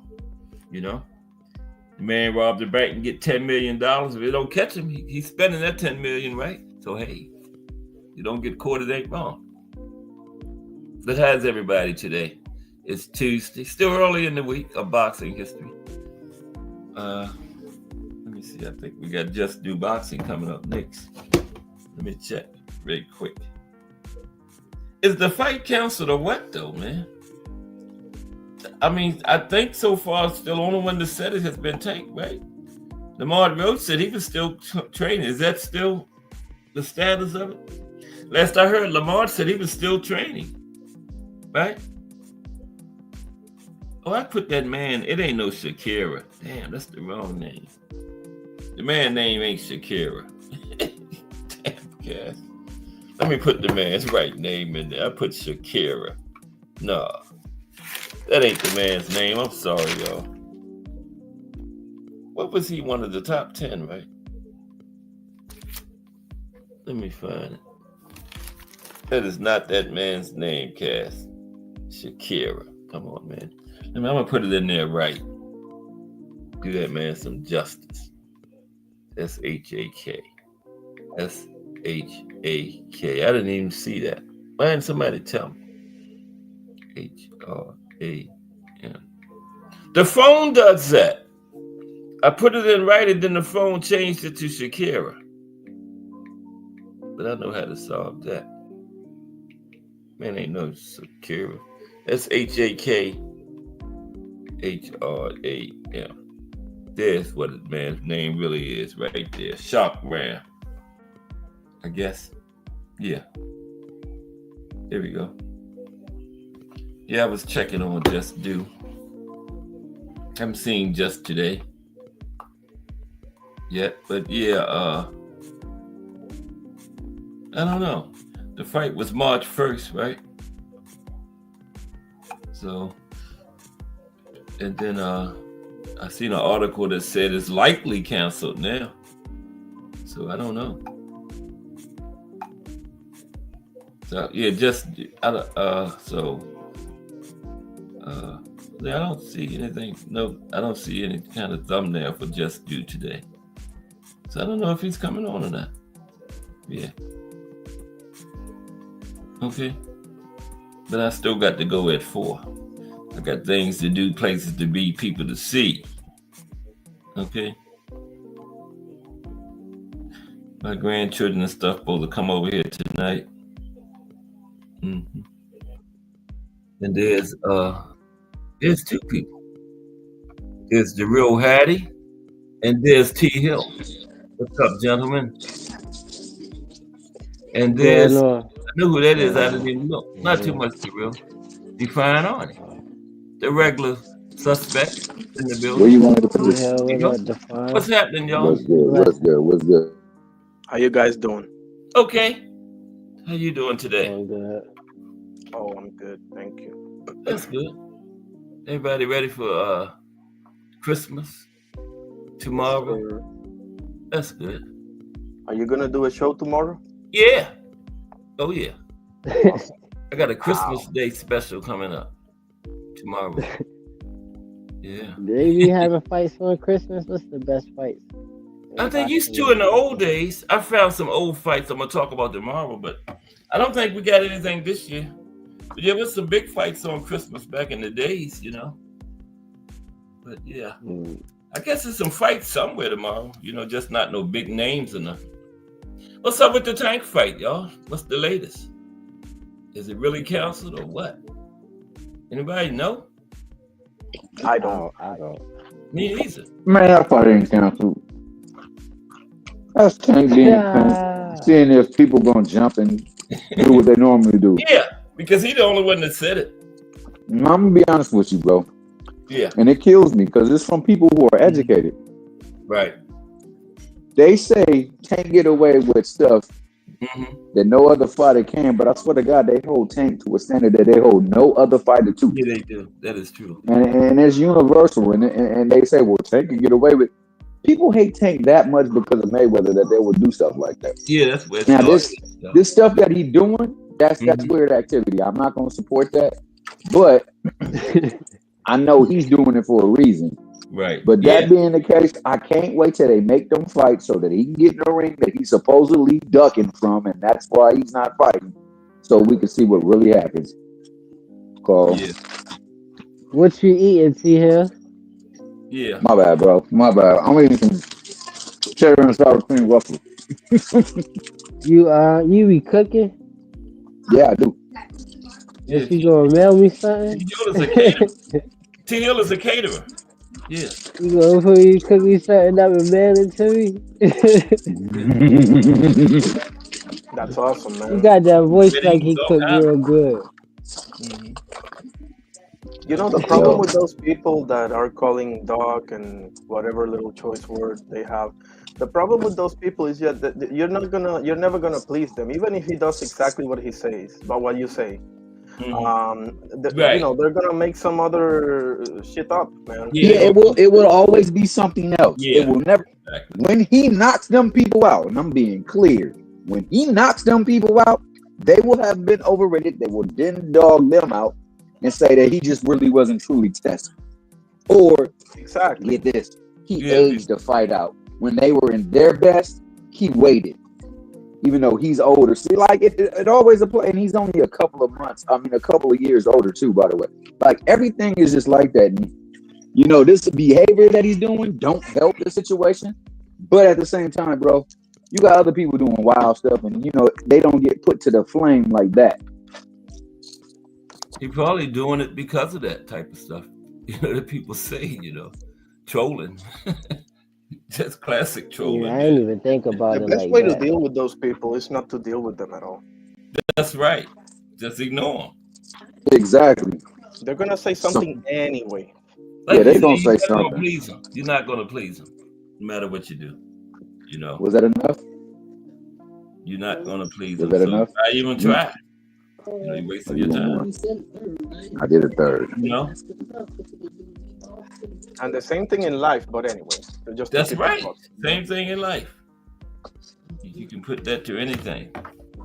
You know, you can't please somebody. Don't even waste your time trying. Just work around them. You're never gonna get hate from somebody This that's is what you better than you. So you You need to put me on. remember that. You're never gonna get hate But- from somebody that has more going on than you. No, you're not.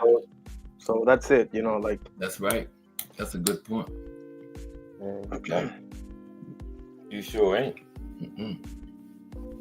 As long as you please the right people and you're satisfied with what you're doing, hey, that's all that counts. That's all that matters. You know. Yeah, no, there's just people that exist to show us all how not to be. That's right. Yup. Yeah. Yeah. Everybody working today? Anybody off for the week for the holidays? Oh. I'm off tomorrow. Okay. Today. Okay, you're off tomorrow. Go back Thursday.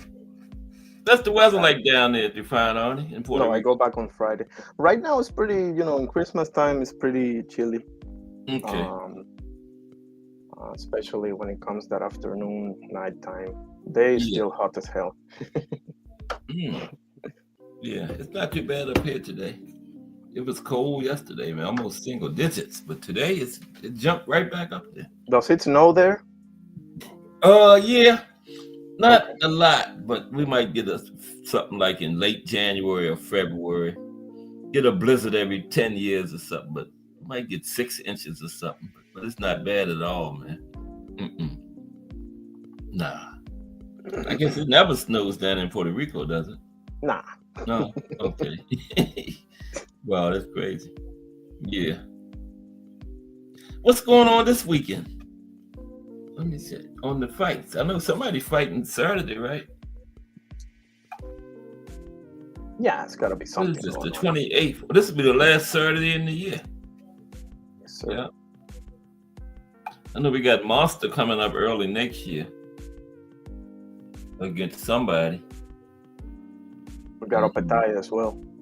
Yeah, that's right. January. This is a replacement guy, right? That he's fighting. Yeah. Okay. Very short notice. Yeah. Because that's next month. I think it's a female fight next month, too. Gotta look that up for And sure. then we got David versus... The first big one is David versus David. Apatalia is a big name, but the guy you're going against, Yeah, it's not a big fight per se. Right, exactly. That's what I was trying to say, yeah. David versus David. And y'all made any decisions on? I know T. Hill got Morrell. I don't really know yet. That's 50-50 to me. What you think, Define? No, I got. Man, I think it's gonna be like Fury Usyk. I'm gonna wait until they're in front of the referee giving the instructions, and I'm gonna just, Yeah. They've been having some epic press conferences so far, man. That last one, Morrell threw the belt at him. He couldn't get to him before he threw the belt at him. Yeah, I'm really liking this. Man. Yeah, the press conference has been lit. I can't believe Benavidez actually put his hand out, man. He knew Morrell wasn't going to shake his hand, Yeah. I think David might. Destroy it. Which one? David. Benavidez? That's uh, what I've been trying. Yeah. I was like, I Right. don't know, cause I You think got David, David right? Morrell. You Yeah, got David David. Morrell, he really good. He You're a young though, and comedian, like bro. Morrell? he got experience, but he don't got that much experience. Like, Mm-hmm. and then I don't know. Sometimes that happens where it's just Yeah. like, yeah, he good, yeah, but I don't know. He ain't been through what David Benavidez been through. Yeah. Um, A I lot don't of people think David saying that Benavidez Cuban is as background is tough as supposed to help him opponent out so either. much, though. But that's amateur. Say that again. A lot of people talking about that Cuban background. Yeah, that's a big deal too. Yeah, that's what a Like lot of that people style is saying. very intelligent, but at the That's, same time, he might be more dependent, like too dependent on his yeah, corner, and I don't see that being an issue for Benavidez. because they normally fast track their fighters when they turn professional because of that background. They're not like the normal prospect. The Cuban fighters, that's always been like that for them. Look at Andy Cruz. He came in fighting 10 rounds. And I have seen David Morrell. He has had a pretty comfortable pro career. I don't think this is Mm-hmm. going to be nothing he ever faced, even Yeah, outside of the ring, like in the gym and stuff like that. I don't think he ever seen an opponent yeah. like this before. So he might get If- destroyed. I don't know. I think even if he loses, I think he's you're gonna right. hold his own in there. I Nah, don't he know. definitely got it. Hard. He young. He Yeah. definitely in shape. He definitely smart. But I don't know. Mm-hmm. And I know David Benavidez like making a statement. Like he said, He's he been on want to the make an canvas before example too. out of him. Yeah. Benavidez has been He must. down on the canvas before too. It starts kind of slow too. Yeah, look and at it. Morrell starts fast. But that's the big question. What you're saying, yeah, you're absolutely right. I mean, is it too soon for Morrell? And that's Benavidez, bro, like last 4 opponents, either undefeated or only 1 loss. Yeah. So he's fighting all top guys. So man, that's Mhm. gonna be something. So sure. that should be that should help him out. It's gonna Yeah, be is this first time David Morrell fighting in this weight class? Or I Nah. think it's thinking second, right? Didn't he have one It's more the there? second. It's both for their second. Second, right. Remember when he Okay. left and went Yeah. up? Morrell immediately left and Went went right up. He said, "You're behind. not gonna duck me. Yep. You're not gonna go away from me. He went You're right not gonna behind. do any. What do you want? What do you want? Look. You Yeah. got food here. Yeah, when Benavidez went Get up, that Morrell food." immediately went up too. He wanted this fight bad, and Morrell did. Yeah. And I'll let it hear what Anna say right now. Where he at? He's at work. I know Ant might not be in here today. Yeah. He usually And like listening. he was Shout out to breaking Anna down Queen, bro. Benavidez the other day. I'm like, She must gotta go outside. Come on. Yeah, he did My a bad, good y'all. yeah, on his. So let me go on and say this. I'm gonna clear this up. Go ahead. I got Morrell only Mhm. because I believe talent plays a big part in anything you do. Right. Talent separates you, and I Mhm. believe he is a greater talent. Now, is he better tested? That's to be remained. But I do know one thing. There was a Yeah. time that there was a fight that was scheduled. Mhm. Benavidez's opponent could not make it. Somebody from 2 weight classes lower came up on 2 days' notice Mhm. and took the fight. That person's name is Kyron Davis. And Right. Kyron Davis was giving him the fight of his life, albeit from a smaller guy. He had the fight stopped only because he was also giving a whole lot of hits. He was taking hits. He was giving hits too. So now the trade-off happens with Morrell. Morrell is giving and taking. I believe his giving will be a little bit more superior to the taking. And I think the other way around, I think that, the experience can play a good significant amount because he's actually been in more fights than Benavidez. But Benavidez has been in more fights than Morrell. But Morrell has fought greater talent on the offset than Benavidez has. So it's not too bad a gap. It's just that there is a gap. And the Cuban background too. You gotta take that into consideration. But I'm gonna tell you, like, I give him credit for that too. I'm gonna tell you this too, man. When you call some man a P word, or you invite them to your privacy, that always has a powerful impact on the fight.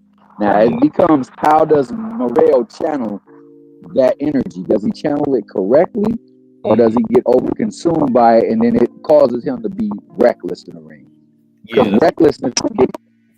You know, T Hill, did you see the Ronald Gabriel one? He gave Benavidez a tough fight in that first one. Remember, that's when they dropped him. Ronald Gabriel, the first one. Did you ever see that one? Yeah, he gave him a good fight, man. Yeah. Some good fights, but by me saying that, I will preface no boxer in boxing today. T Hill, you're getting a lot of background. Breaking up, right? Yeah. Yeah. Okay. Let me go back to where you hear me, because I'm away from my phone. I'm outside. No. I'm gonna say all of that to say this: no boxer in boxing today has had a marked improvement like Benavidez. Benavidez has gotten better from that Kyron Davis, and he is much better. So for Morrell to win, he's gonna have to be much better than his last fight. Yeah. Because it won't cut it. Because if he can't change the fight with his talent, he's gonna be in trouble, because that pressure will be constant. Yeah. I will admit that, man. I will never take anything from Benavidez. Benavidez wins, and that's the ultimate thing that you do when you do anything. You want to win. So if he's winning, I don't care how he wins, you got to give him his props. I just believe that in this case, the talent level, if it comes and it's prepared, it's ready for that experience gap. The only thing he gotta bridle that anger. You can't let anger overcome him and overconsume him to the point where you go into reckless. You think Morrell got to get off to a good start? Nah, not versus Benavidez. He better off just using that background. Benavidez is gonna put Morrell in uncomfortable positions, bro. I think you're absolutely right, T Hill. That is gonna happen. I have no doubt about that. Yeah. And then it becomes, how does he respond in those moments? Yeah. That's gonna because to this day, I mean, the last guy did it. The last guy put him in some pretty uncomfortable positions, and because it didn't look good, it wasn't a good look by the optics. You know. First fight at 75, right? Yeah. You mean the hot rod fight? Yeah, Benavidez didn't look all that easy. I mean, he was okay. He didn't. But I will say this: he didn't look good in his first fight. Yeah. But he commanded the fight, the whole fight long. He just started waning at the end. Exactly. And it was because he. Go ahead. I'm sorry, I don't mean to interrupt, please. No. You good? Go ahead. I just wanted to say that sometimes you just have to do what you have to do to get the W, and that's what I take away from that fight from Morrell. To me, he realized he couldn't get this guy out of there because Hot Rod is pretty good. He just said, I got to do this to win. And that's it. You know, sometimes you just got to prove some character by just doing what you got to do to win, bro. Not everybody's going to be, not everything's going to be pretty, you know? That's why I don't understand. Oh, my bad. No, my bad. Go ahead, Ja. I know you was going to say something. Go ahead, Ja. No, I was listening. I'm listening. Okay, that's why I don't really harbor the angst and the like disrespect that towards Shakur that most people do. The object is to go in there and win. Right. And to my knowledge, there has not been one fight that he's been in that he struggled. I'm sorry, I just haven't seen it. So I'm not gonna sit there and say, oh, yeah, he ain't. Man, he winning, and he winning by a wide margin. In every weight class he's been in, he done been champion in it too. You know. Exactly. And he got undisputed at 130 though, man. I think he got too big for 130 though. I think the same thing that happened to him was what was happening to Devin. He's seen it live. What happened to Devin? Devin fought 3 fights too many at that division. But he did it because he needed to make a buzz. He didn't have the buzz of being an Olympic silver medalist. He didn't have the buzz of being the next greatest thing that was hyped on the network because he had no network. He just had himself. Right. And they played that card the best they could to get as much buzz. That's why, and again, I know we're not talking about Tank, but that's why certain people attach themselves to Canelo, to a Tank, because they got to get some kind of wave. They got to get some kind of buzz so that people will want to tune in and check me out. It's like you always see Earbuds. There was one earbud at one time. Now look how many earbuds there are. Yeah, that's No, right. real talk. That's real rap. I'm, That's real yeah, I rap though. know. Yeah, that's why I'm laughing because You I'm know, my thing, you're 100% correct. Yeah, my thing with Shakur, that was and a I good love him. analogy there, T.O. Look what you find I'm on gonna it. take that to you. I defend Shakur a lot, but here's my thing with Shakur. When you start checking on all the fighters that are comparable to his style, right? Like Mm-hmm. Floyd Mayweather or maybe Yeah, Sweet Pea, etc. You know, they took their risks ever so often in the fights. You know, like you saw them engage mm-hmm. Yeah, somewhat. Now that's a good point. Yeah, they probably didn't have to, but they gave you, a little bit of sauce in there, and I think that, in my opinion, and I hope I don't sound like a casual, but I just think that you gotta sometimes, maybe like get in there, a little bit, because yeah, Floyd got in there quite a few yeah. times, bro. So you say I he's like a little remember. too careful, right? Yeah, in Yeah, my opinion, and yeah. I I can don't. see where you're coming from. Mm-hmm. Yeah, No, but define honorary. You can't be wrong in that because Ooh. Roy Jones Jr. himself said that. Now, mm-hmm. this is somebody that's actually boxing. If somebody that's Right. boxing is saying it, I'm gonna give Yeah, credence to what they say because that's they right. know a lot more than I know. They've been in there. Yeah, They've yeah. been through the yeah, they've been through it. So because they've been through it, I respect what they say. Mm-hmm. So let me segue off of that for what Define Arnie was saying. Like, that's Mm-hmm. a good point that you're saying. It make me bring up a point that I was trying to make about like marketing his style. Like people say he outgrew 130. I think he was saying. I thought I heard him say he was comfortable. I'm like, go ahead and get undisputed. But instead, I felt like he was more chasing at the tank. And like you said, T Hill, like he didn't really have to do that. Like, so I'm thinking like, and then plus his marketing, one way to market him is from somebody from a different background than the usual. Like Floyd Mayweather, Sweet Pea, Tank, they got different backgrounds than Shakur. Like Shakur, he come from that same type of environment because it's hard not to. Oh, yeah, And like that's a he good don't point. got that same background like them. And he's Yeah, still an elite talent in boxing. Like yeah, yeah. That's a very good point. he mastered boxing still. Like if they was to market that, that's a good place to market. Like that'd even be beneficial to like Devin. Like I can't Mm-hmm. say exactly how Shakur is, but like Devin, a lot of people say he's spoon fed when it comes to like stuff like that. Like because he got his father in his life, Right. and a lot of people they didn't have that. Like Mike Tyson or somebody like that. Mm-hmm. And then Shakur had his grandfather, so it's not Yeah. like he been in the street life or nothing like Right. that. So, but if he was to market himself, then I think he could build a different, like even bigger core fan base. That's hard. Core fan base. That's your core. Part. Hold on. No. Yeah. That's all I wanted to say. I saw in a Yeah, video that the two fighters Liz touched today are Bevo, my guy, and Shakur.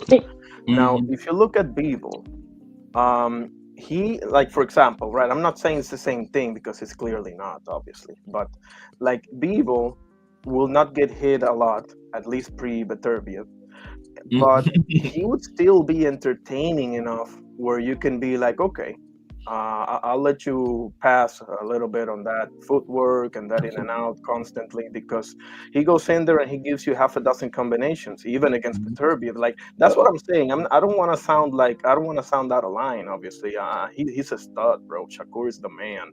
I'm just saying, man, like maybe that could get you over. That is all he needs, in my opinion. Will be a little bit more aggressive, right? Yeah. Just a little bit, not one to pick yours because Floyd Mayweather was very selective, Mm-hmm. intelligently. So I'm sorry, was very intelligently selective as Right. when he engaged. He picks his spot, and even an Andre Yeah. Ward, and yeah, but they did it. Anyway, Mm-hmm. no, I mean clearly Yeah. that is an issue with Shakur. Clearly, he at times gets a little cautious about, especially if he gets hit one good time. It's like, well, if you got that one on me, you won't get it again. And I think in his way, he believes that's frustrating his opponent. He's not looking at it as like it's not impressive or it's not engaging to the fan. It's like, okay, now I got him frustrated. He might commit to doing some things that he might not want to do because he's now missing. He think he could land, but now he can't land. Like, I believe he tries to play that against the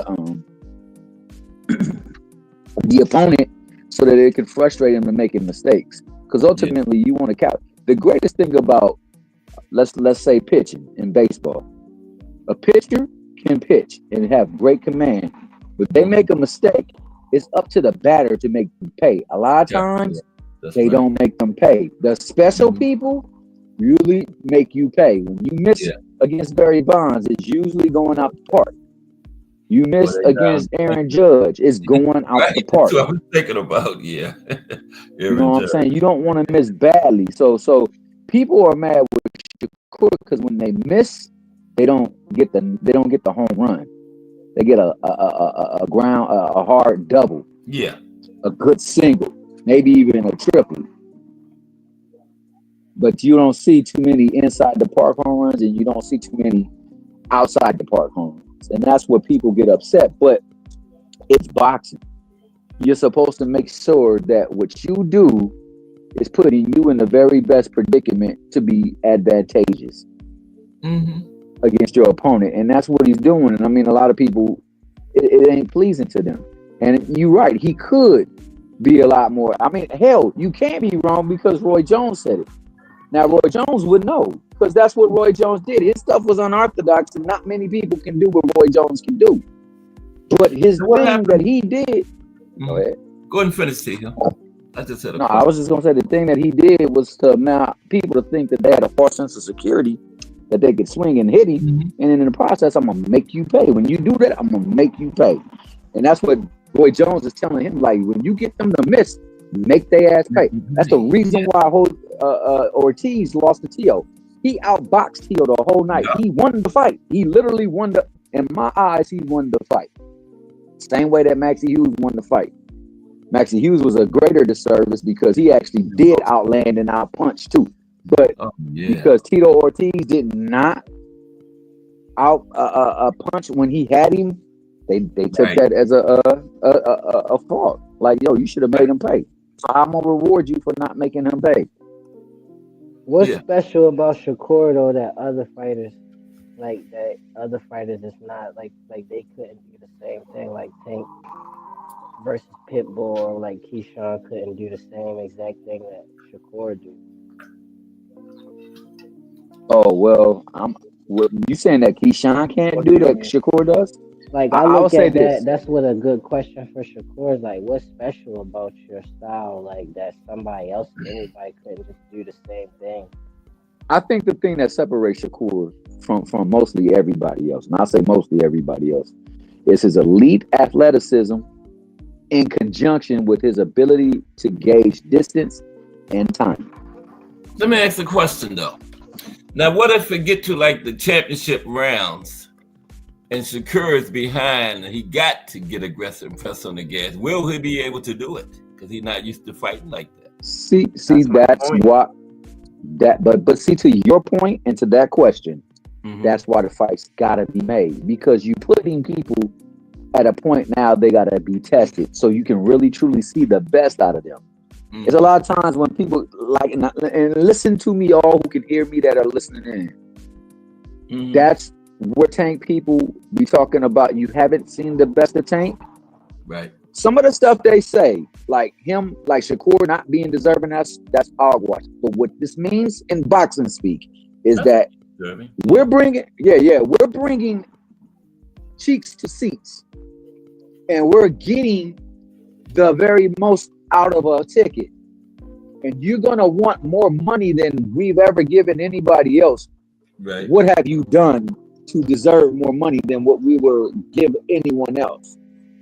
That's what they truly mean. They should say it that way so that there won't be no discrepancy with people saying that, well, he's more accomplished. Sure, he's more accomplished than Lamont Roach. But by saying that, you still don't discredit Lamont Roach. He's a fantastic boxer too. But yeah, Shakur is more accomplished. Definitely more. But I think Shakur is going to also... though, you know? The secure fight. Yeah, for sure. And For him and sure. Tank. But for sure. But this is what they will say. They will say, well, what has he done to command more money? Yeah. Why should he get more money than anybody else Right. when he ain't doing what we're doing? He ain't even doing more than what they are doing. So that's what they mean by that. Yeah. But when they say you will see the best out of Tank or the best out of Shakur is for those questions that question, and then your point, define irony. When you're down on points, it's late in the fight. What would Shakur have to do? Then you get to see him tap into that bag and see what he really can do. If he really is who we think he is. Man, That Same don't thing mean with he Tank. can't do it, you know. do you want him to do that for the first time against Tank Davis, bro? No, but the same thing is like this. Now, this is the thing with Tank. They say Tank always behind on the fight, on the card. I don't see it that way, but that's how they see it. I watch the fights in half speed, and it shows a different fight every single time. And I would encourage people to watch fights in half speed because you can't go by no punch stat. You can't go by no commentary because that's biased as hell. You got to go by what you can see over there because you believe half of what you see, none of what you hear. So with that being the case, Tank always down in a fight. Define irony. Always. He always giving up rounds. He always giving up rounds. He always back. I know. I'm referring to. I'm sorry. Go ahead. No. I'm saying so like if he's fighting Shakur and Shakur has piled up so many rounds on him because he's just technically sounding way more than what Tank can handle. What is Tank going to be able to do in them moments? That's I just where see Tank gonna that have as to. delusional though. Like what It is. I was referring to Shakur though. I was referring to like I don't want to see him try that for the first time against Tank Davis, bro. That can be real. I hear you, and that would be a bad look for Shakur if he has to get in there and exchange to try to pull out a win with Tank. You're right about that. I'm just saying for the opposite people because a lot of people believe that, especially the JBT, we all Tank fanboys. Tank got to deal with that too, though. Like, what if he is giving up rounds? You know, and he's giving up rounds against Shakur. Is he going to be able to cut the distance? Your boy De Los Santos couldn't. De Los Santos got so frustrated that Mickey Fricky stood in the middle of the ring and pointed to the ground. And people want to give him a fight for doing that. Oh man, that's what I'm like, saying. I get what you're saying. It's the wrong person to be behind a fight and you got to slug it out. Tank the wrong dude to do that because his skill is every bit as great as your skill. Yeah, you believe it is not, but it is. Yeah, but the same we the seen same so way. much from Tank though. Like he knocked Rolly out on the back foot. Because you cutting out. Go ahead, Javon. You seen what? I gotta see you get out of an uncomfortable situation. Now, okay, I'll say this: Shakur hasn't been in an uncomfortable situation because how great he is. I will openly say that. However, it's gonna happen, bro. Yeah, that's and what will he do when it happens? It happened to Floyd. It happened to Ali. Name the name, whoever. See, and that's why I say what I say about Floyd. You're absolutely right. I'm gonna let you finish up your point, but that's why I say what I say with Floyd. No, I think that was it basically. Like name any name, defensive, whatever, Benitez, Tony, whoever, like your top guys. At least a couple of times they had to get out of uncomfortable situations in a fight, and I mean, I don't know. Yeah, that's pretty much No, I feel you. But Di, this is the thing. That's what makes Mayweather. Have you ever seen Tank in a difficult fight? I'm being honest with you, though. Have you ever seen him in a difficult fight? I don't think so. I don't believe so either. Even when people say the Pitbull fight was close, I didn't give Pitbull no more than 3 rounds, and that was Not with only one that, hand. he had an issue with exactly. So yeah, that was with one hand. So I'm looking at boxing. He outboxed the hell out of Pitbull. It wasn't even close. But people, because he didn't knock him out, said, "Oh, he was losing rounds." But you know what your trained eye, what you know to be is boxing. You saying that wasn't even a close fight, right? No, that is absolutely right. So now that's the same can be said about Tank too. He ain't never been in those situations. What happens when the situations are reversed? The only thing we have is that he had that Mario Barrios fight, and he got a late round stoppage. So you know. In the case of Tank, just quickly, in the case of Tank, at least we know that he has the weapon to deal with it. Like at Yeah. least we know that he has a get out of jail free card, so to speak. Yeah. That's what I would say about that. But I mean, I haven't seen it yet. No, So yeah. you're absolutely correct. You're correct in everything that you said since you joined the panel has been correct. Bro, I agree with everything you say. I agree with you You saying that got Tank needs to. you gotta factor in the age difference between Tank and Shakur, and then the difference in pressure too, though. Like what fights was he taking at what age, and then like what performance was he expected to have in every one of his fights? Like that's a big deal when it comes to like what type of pressure you was under in a fight. Even if you fighting a low level opponent, like if somebody look too good on him, then that's a big risk to take. No, that's true. So I asked the panel this: has Shakur ever been an underdog in any of his fights? I don't think so. I can't think of one. I don't think Maybe so. early. No. Which early fight? I thought he was the don't know. favorite in every I single can't fight. think of one. I would say maybe. What about when he Tank? Has he was been an underdog in any fight? No, I can't think of none. Let me think. So. I can only think of possibly maybe one. Possibly maybe one or two. Maybe the De Los Santos. I mean, not the De Los Santos, but the Dos Santos. What was my man's name? The one he knocked out? Santa Cruz. Maybe the Santa Cruz one and maybe the Pedraza. But Yeah. I think those you are might- probably be the only two that you could probably say maybe. Yeah. But for the most part, they've been favored in every fight that they're in. And that's why people are clamoring about it. But they just only apply it to Tank because of what Josh said. Josh said he's older than them. Yeah, he's 3 years older than Shakur. So because of those 3 years, everything is applicable to him. It's not applicable to anyone else. And then when everybody else's favorite fighter gets something, they say, well, Tank is oblivious to this. Tank get held to the fact that all he fights is flat-footed Mexican fighters. Like, that's a disrespectful statement all the way around because there's been some great Mexican fighters and all of them fought different styles, bro. But even with that style, but even with that style, Raul Marquez got people to fudge up out of there. You know what I'm saying? What's his name? What's his name? Morales, Baez, Barrera, Chavez, Rivera. The greatest to me of all time is Salvador Sanchez, but that's besides Sanchez. Sanchez was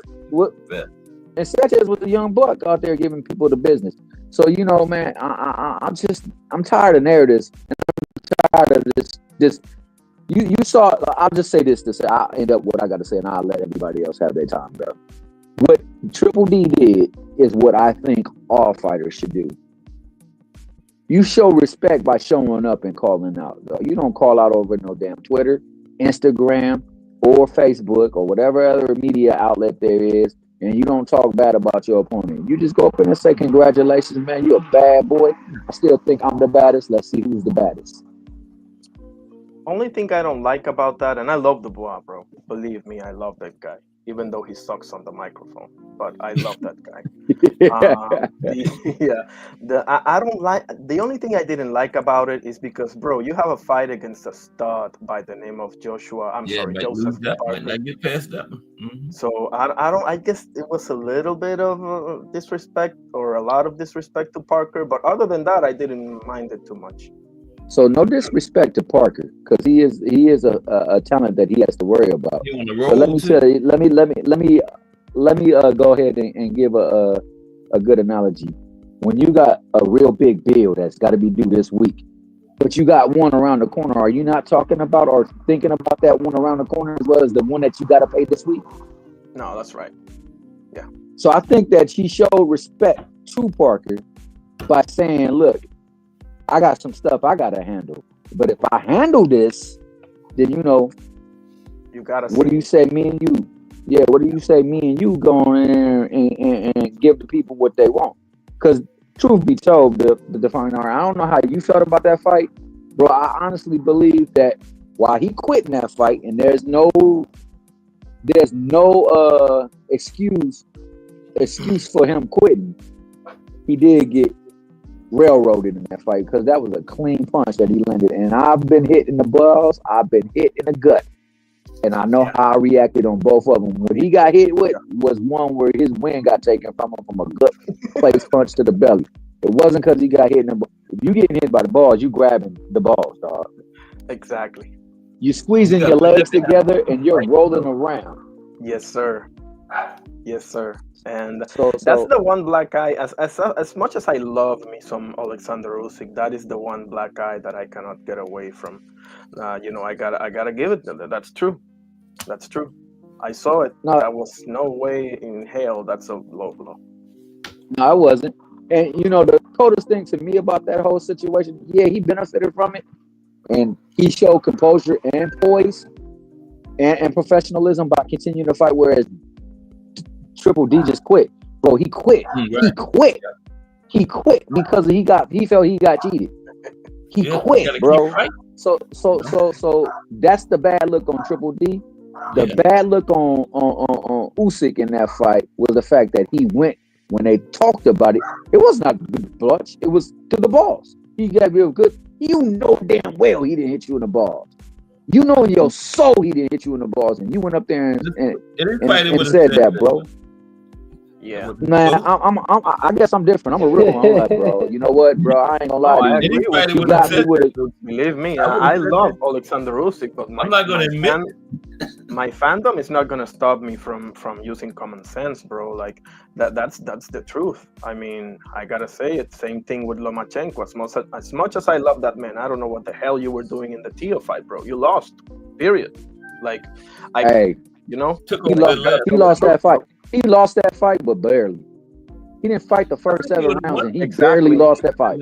He took the first half of the fight off and thought for some reason that was a good idea. And I still believe in those 5 rounds that he did fight. He looked far superior than Tio in those 9 rounds that Tio fought. Why do you think Tio never even talked about a rematch? He knew he would have got his ass beat. Just why Devin didn't want to give him. Well, I'll take that back. Devin wasn't gonna give him a rematch because Devin couldn't fight at that weight no more. I'm gonna be clear on that. Devin could not fight at 135 no more.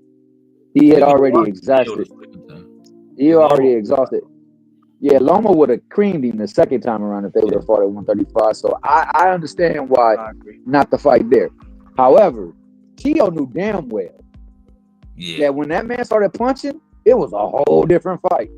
It was what Tio did to Loma pales in comparison to what Loma did to him in that fight.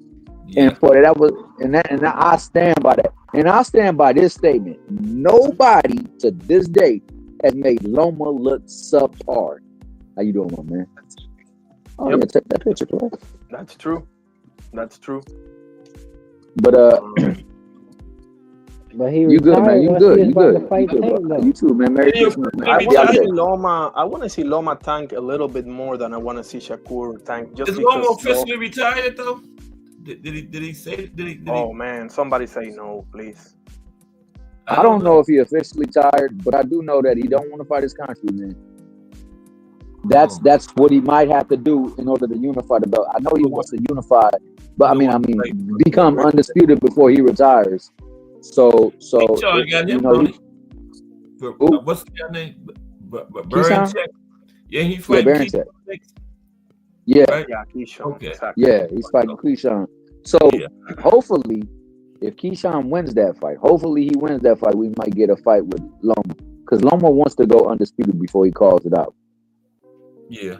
And the easiest route to undisputed would be to go through those sides before you go through the WBA side, because the WBA side comes with a taste of a case study, sleep study. I mean, and sleep studies ain't always something that some people need.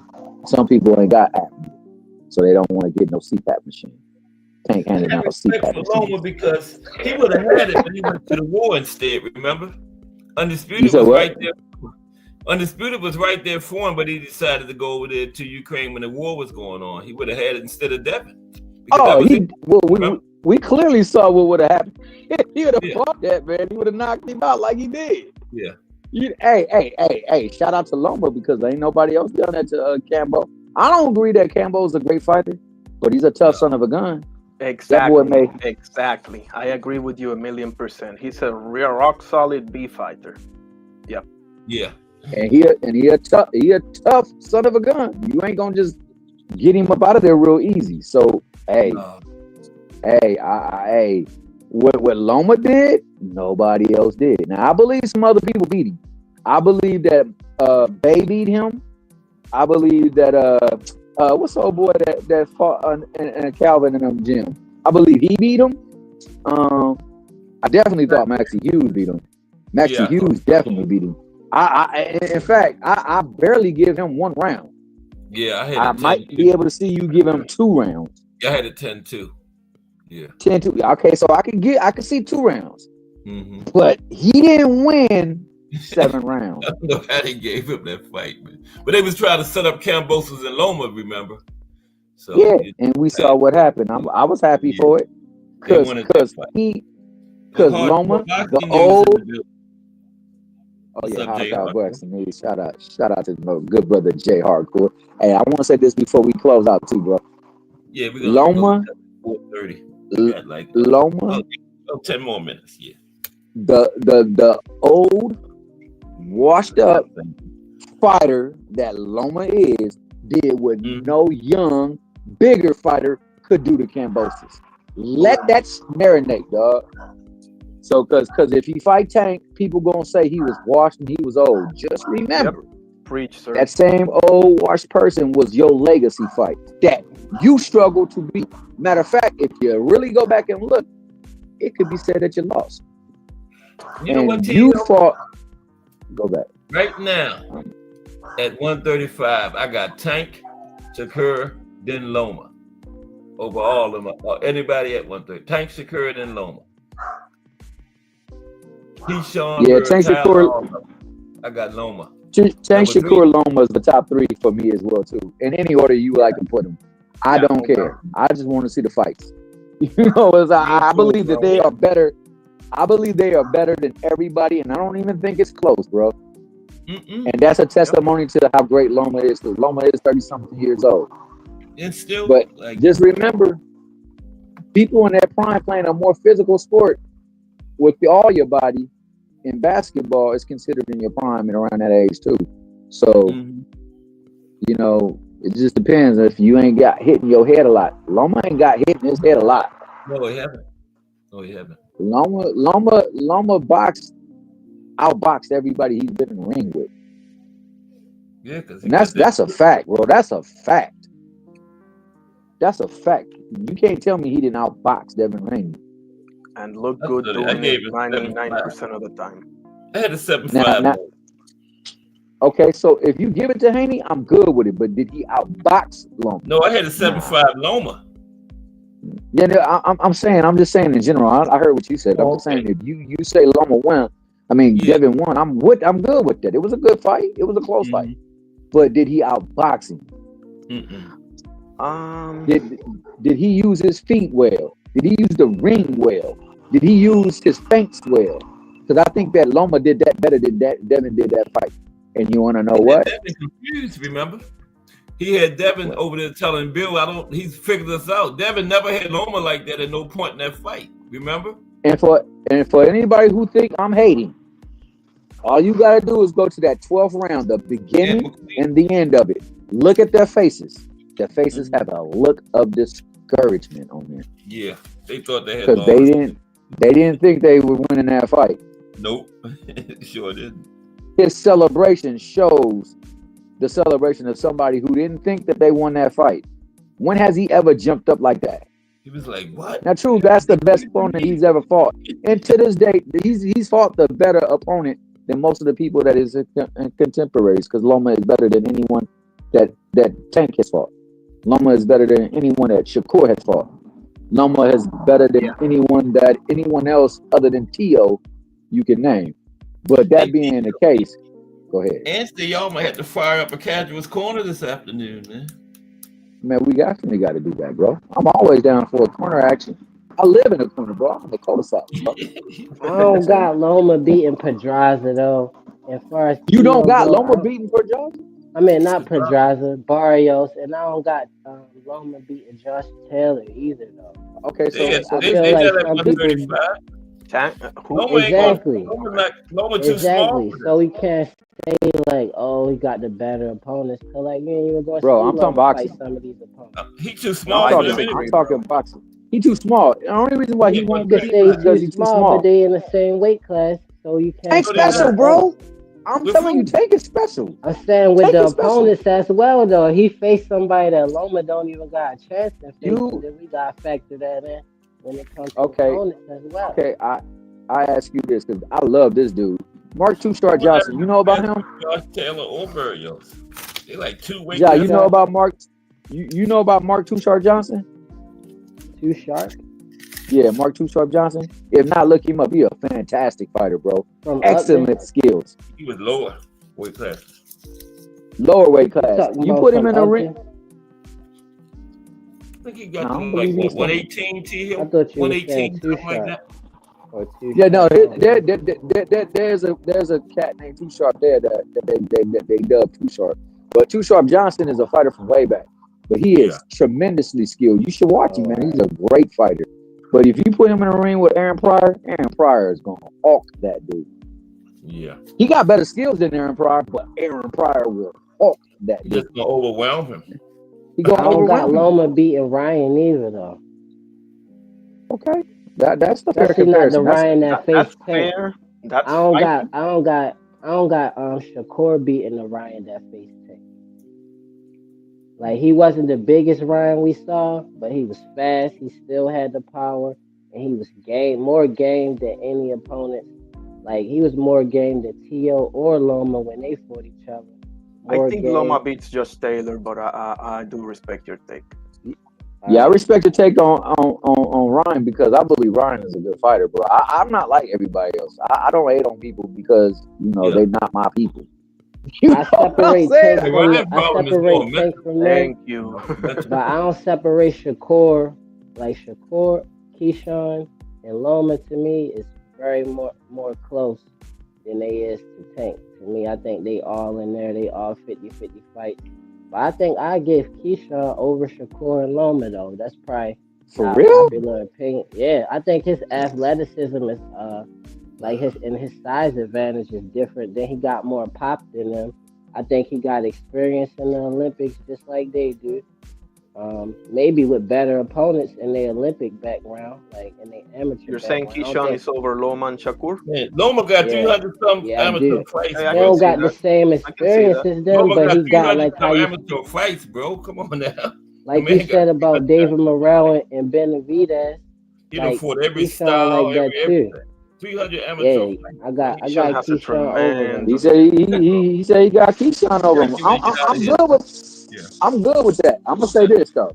I'm glad you feel that way Has to be because different. guess what's gonna happen? The man got If 300 Keyshawn amateur could, fights. He gonna say Keyshawn got more experience. We gotta get ready to go hey, though. Styles make but fights before though. we I could go, see This has to be Shakur done, doing better with man. Tank than How many Keyshawn though. thousands man to fought in 300 amateur fights, bro? Come on, we gotta get ready to go. No, Loma is Jarrell before we getting go amazing though, though. sleepy, man. before we God go, bless you, fellas. Jarrell is before we getting go, sleepy. God bless you All too, right, peace Deshaun. and blessings. God bless you. Peace and blessings to you too, Kent. Before we go Yeah, though, y'all have a good day, man. that statement is There you great go. for this purpose. Bob is making sure they can line that fight up. Because if Keyshawn beats Baranchik, best believe that will be the next fight. He Keyshawn might versus not Loma. do that. He might Hey, not shout do out to that. Anne McQueen, bro. God bless you, That's bro. one of Merry them Christmas. Eastern Europeans. Shout out Madeline Queen to the moderator. Shout out to I Fine got Iron Baranchik. holding it down in But Puerto everybody have a Rico. good day. You Appreciate got y'all. Baranchik? fellas. It's a pleasure. Yep. You got Baranchik? Yep. Woo-wee! That's what I love to hear. Hey, Unanimous shout out to decision. Cass, Unanimous Sports, decision. the box story, who got Baranchik by unanimous decision. I like that, but that's where you get that good boxing talk. Shout out to my main man, Shot and Nephew. Them Shout out guys to the got chat. boxing background, man. Hundreds of amateur fights. No, you Done right about seen that. everything. He part of the You right scene about like that. 50 Keyshawns. You know what I mean? You right about that. You right about that. But I do say that he got one point that he did make. I think because Keyshawn got better athleticism, but Yeah. slightly over them, slightly, Right. and that's only because Loma's He ain't beating older no now. Loma. He ain't beating no Loma. It might be Nah, Baranchik. I don't see it. But hey, I would love to see it though. You know, I'm all for it. I think Loma gets a lot of hate. He don't have enough experience. Deshaun definitely don't have enough experience to beat Loma, man. He only got 11 I think fights. Loma gets a lot of hate, bro. I don't think people truly appreciate the greatness of Loma, to tell you the truth, man. They just think that, you know, he took advantage of it. He got fast track. But you know, he got fast track, bro. You remember he got fast track. He had only had 2 fights before he fought for a title. But 300 you know amateur. What I'm saying? 300 I hear you. I hear you, but them people ain't watching amateur fighting. They barely watching boxing. So they looking at him like he just been having privilege. But I will say this again. Did nobody do Cambosis the way Loma did Cambosis? That's right. Let that and this is from an old washed out Loma. Let that ish sink in. Yeah. Loma ain't no joke. Keyshawn ain't no joke. Shakur damn show ain't no joke. But that man is a special man. I just think that he had special privileges. And people hold that against him. But he can't hold what he do in the ring against him, bro. That's the only thing I hold against him. Like what you do in the ring. And in the ring. Too fast though, T Hill. He's not the type you think so? fast track like that. Yeah. Some fighters not meant to be fast track. He only got 11 fights. We really gonna see in that Beranger fight. They keep on. Huh? Yeah, we really gonna see. I think you might be on something. We gonna see if that's the truth or if that's the case in that Beranger fight. Because Beranger, one thing I say about all them fighters from there, they are technically sound. You ain't gonna beat them. They're not gonna beat themselves. He ain't gonna beat no Lemos or Wall. And you're not punking them neither. You're not gonna punk them dudes. Them dudes, fundamentally, they life much tougher. Yeah, they life much tougher than our life out here. Yes. You know, it's hard on us as a people, but it's hard on them for real. Yeah. A mistake can cost them their life, their family's life. You know what I'm saying? So yeah, they not backing down from nothing. So yeah, if it's gonna be somebody to show us that he's really not like that, it would be a Beranger. So I'm down for the fight. Who did he beat for that title? Who, Beranger? Yeah, I can't remember. Didn't he beat Navarrete? It was Navarrete. Yeah, and everybody was shocked. But I knew that. Everybody was shocked. They was opening. They was fighting for an open belt for somebody else. Somebody left the belt open, right? Mm-hmm. Yeah, so you know, man. All right, but let me say this though, bro. Excellent show.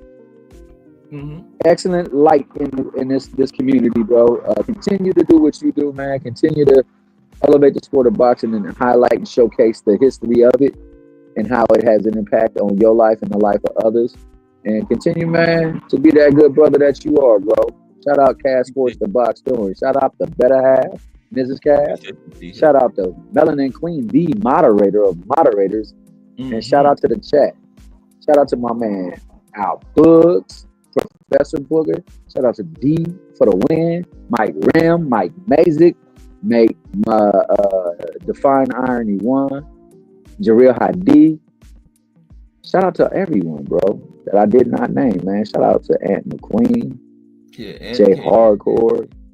Yeah, Jay says, watch the Clarissa Shields movie. It's amazing. He just got out.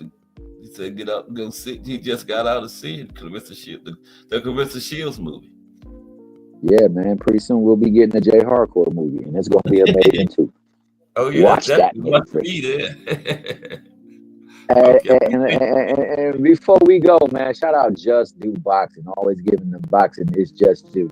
And we ain't never got a box again. Yeah. Because he always been getting his bag. But now it's time for you to get your Just Do. Make your way over to Just Do Boxing. Govern yourselves accordingly and be he didn't come on today, though. He'll be back tomorrow. He not coming on? He with the family. We could have continued on then, play. He had a note. Yeah, I gotta run and take care of some things. Yeah. Okay, well, on that note, let's allow my man to run and go take care of the things that he got to do. People to see, places to be. But I appreciate you, T. Hey, I appreciate you, man. If you and Ant fire up at this corner, I'm gonna be in there though. Oh, Crush the Legend. Hold up. I gotta shout out my guy, Crush the Legend. Mm-hmm. The greatest man alive. Boy, they don't make him like Crush. Oh, the lovely Queen Heather E. Forgot about Heather E. Tim Layton, the Big Train. We had him. We had Donnie Williams, deep for the win. Ray Patterson, Jersey, the Jersey champ. Oh, Pete, straight out of New Jersey. The Boxing Menu Podcast. Yes. I ain't seen my good brother in a long while, bro. Yep. Hey man, shout out to boxing, bro. And let's talk about the fights that are happening, not the fights that are not on. That's right. Shout out to Alexander Usyk, man. Showed that once again in this age of boxing for the heavyweights, he's the best. He got to run it back with what's her name? I would like to see a fight with Bacoli, but other than that, he got nothing. One more thing, T. One more thing. You think we're gonna get Fury and AJ now? I believe it's a fight, bro, and they definitely can sell that fight. Yeah, there's still people who in that area recognize AJ as the champion. Relieve that, dog. Believe in spite of what happened against Triple B. 90,000. Hell yeah. Hell yeah. Hell yeah. They will pack that bitch out singing Sweet Caroline. Might have to add some seats. Yeah. You know they gonna make that fight, bro. Why wouldn't you make that fight? To be honest, bro, I don't know why you wouldn't make AJ and Wilder, dog. It would sell. You could sell it out there. Mm-hmm.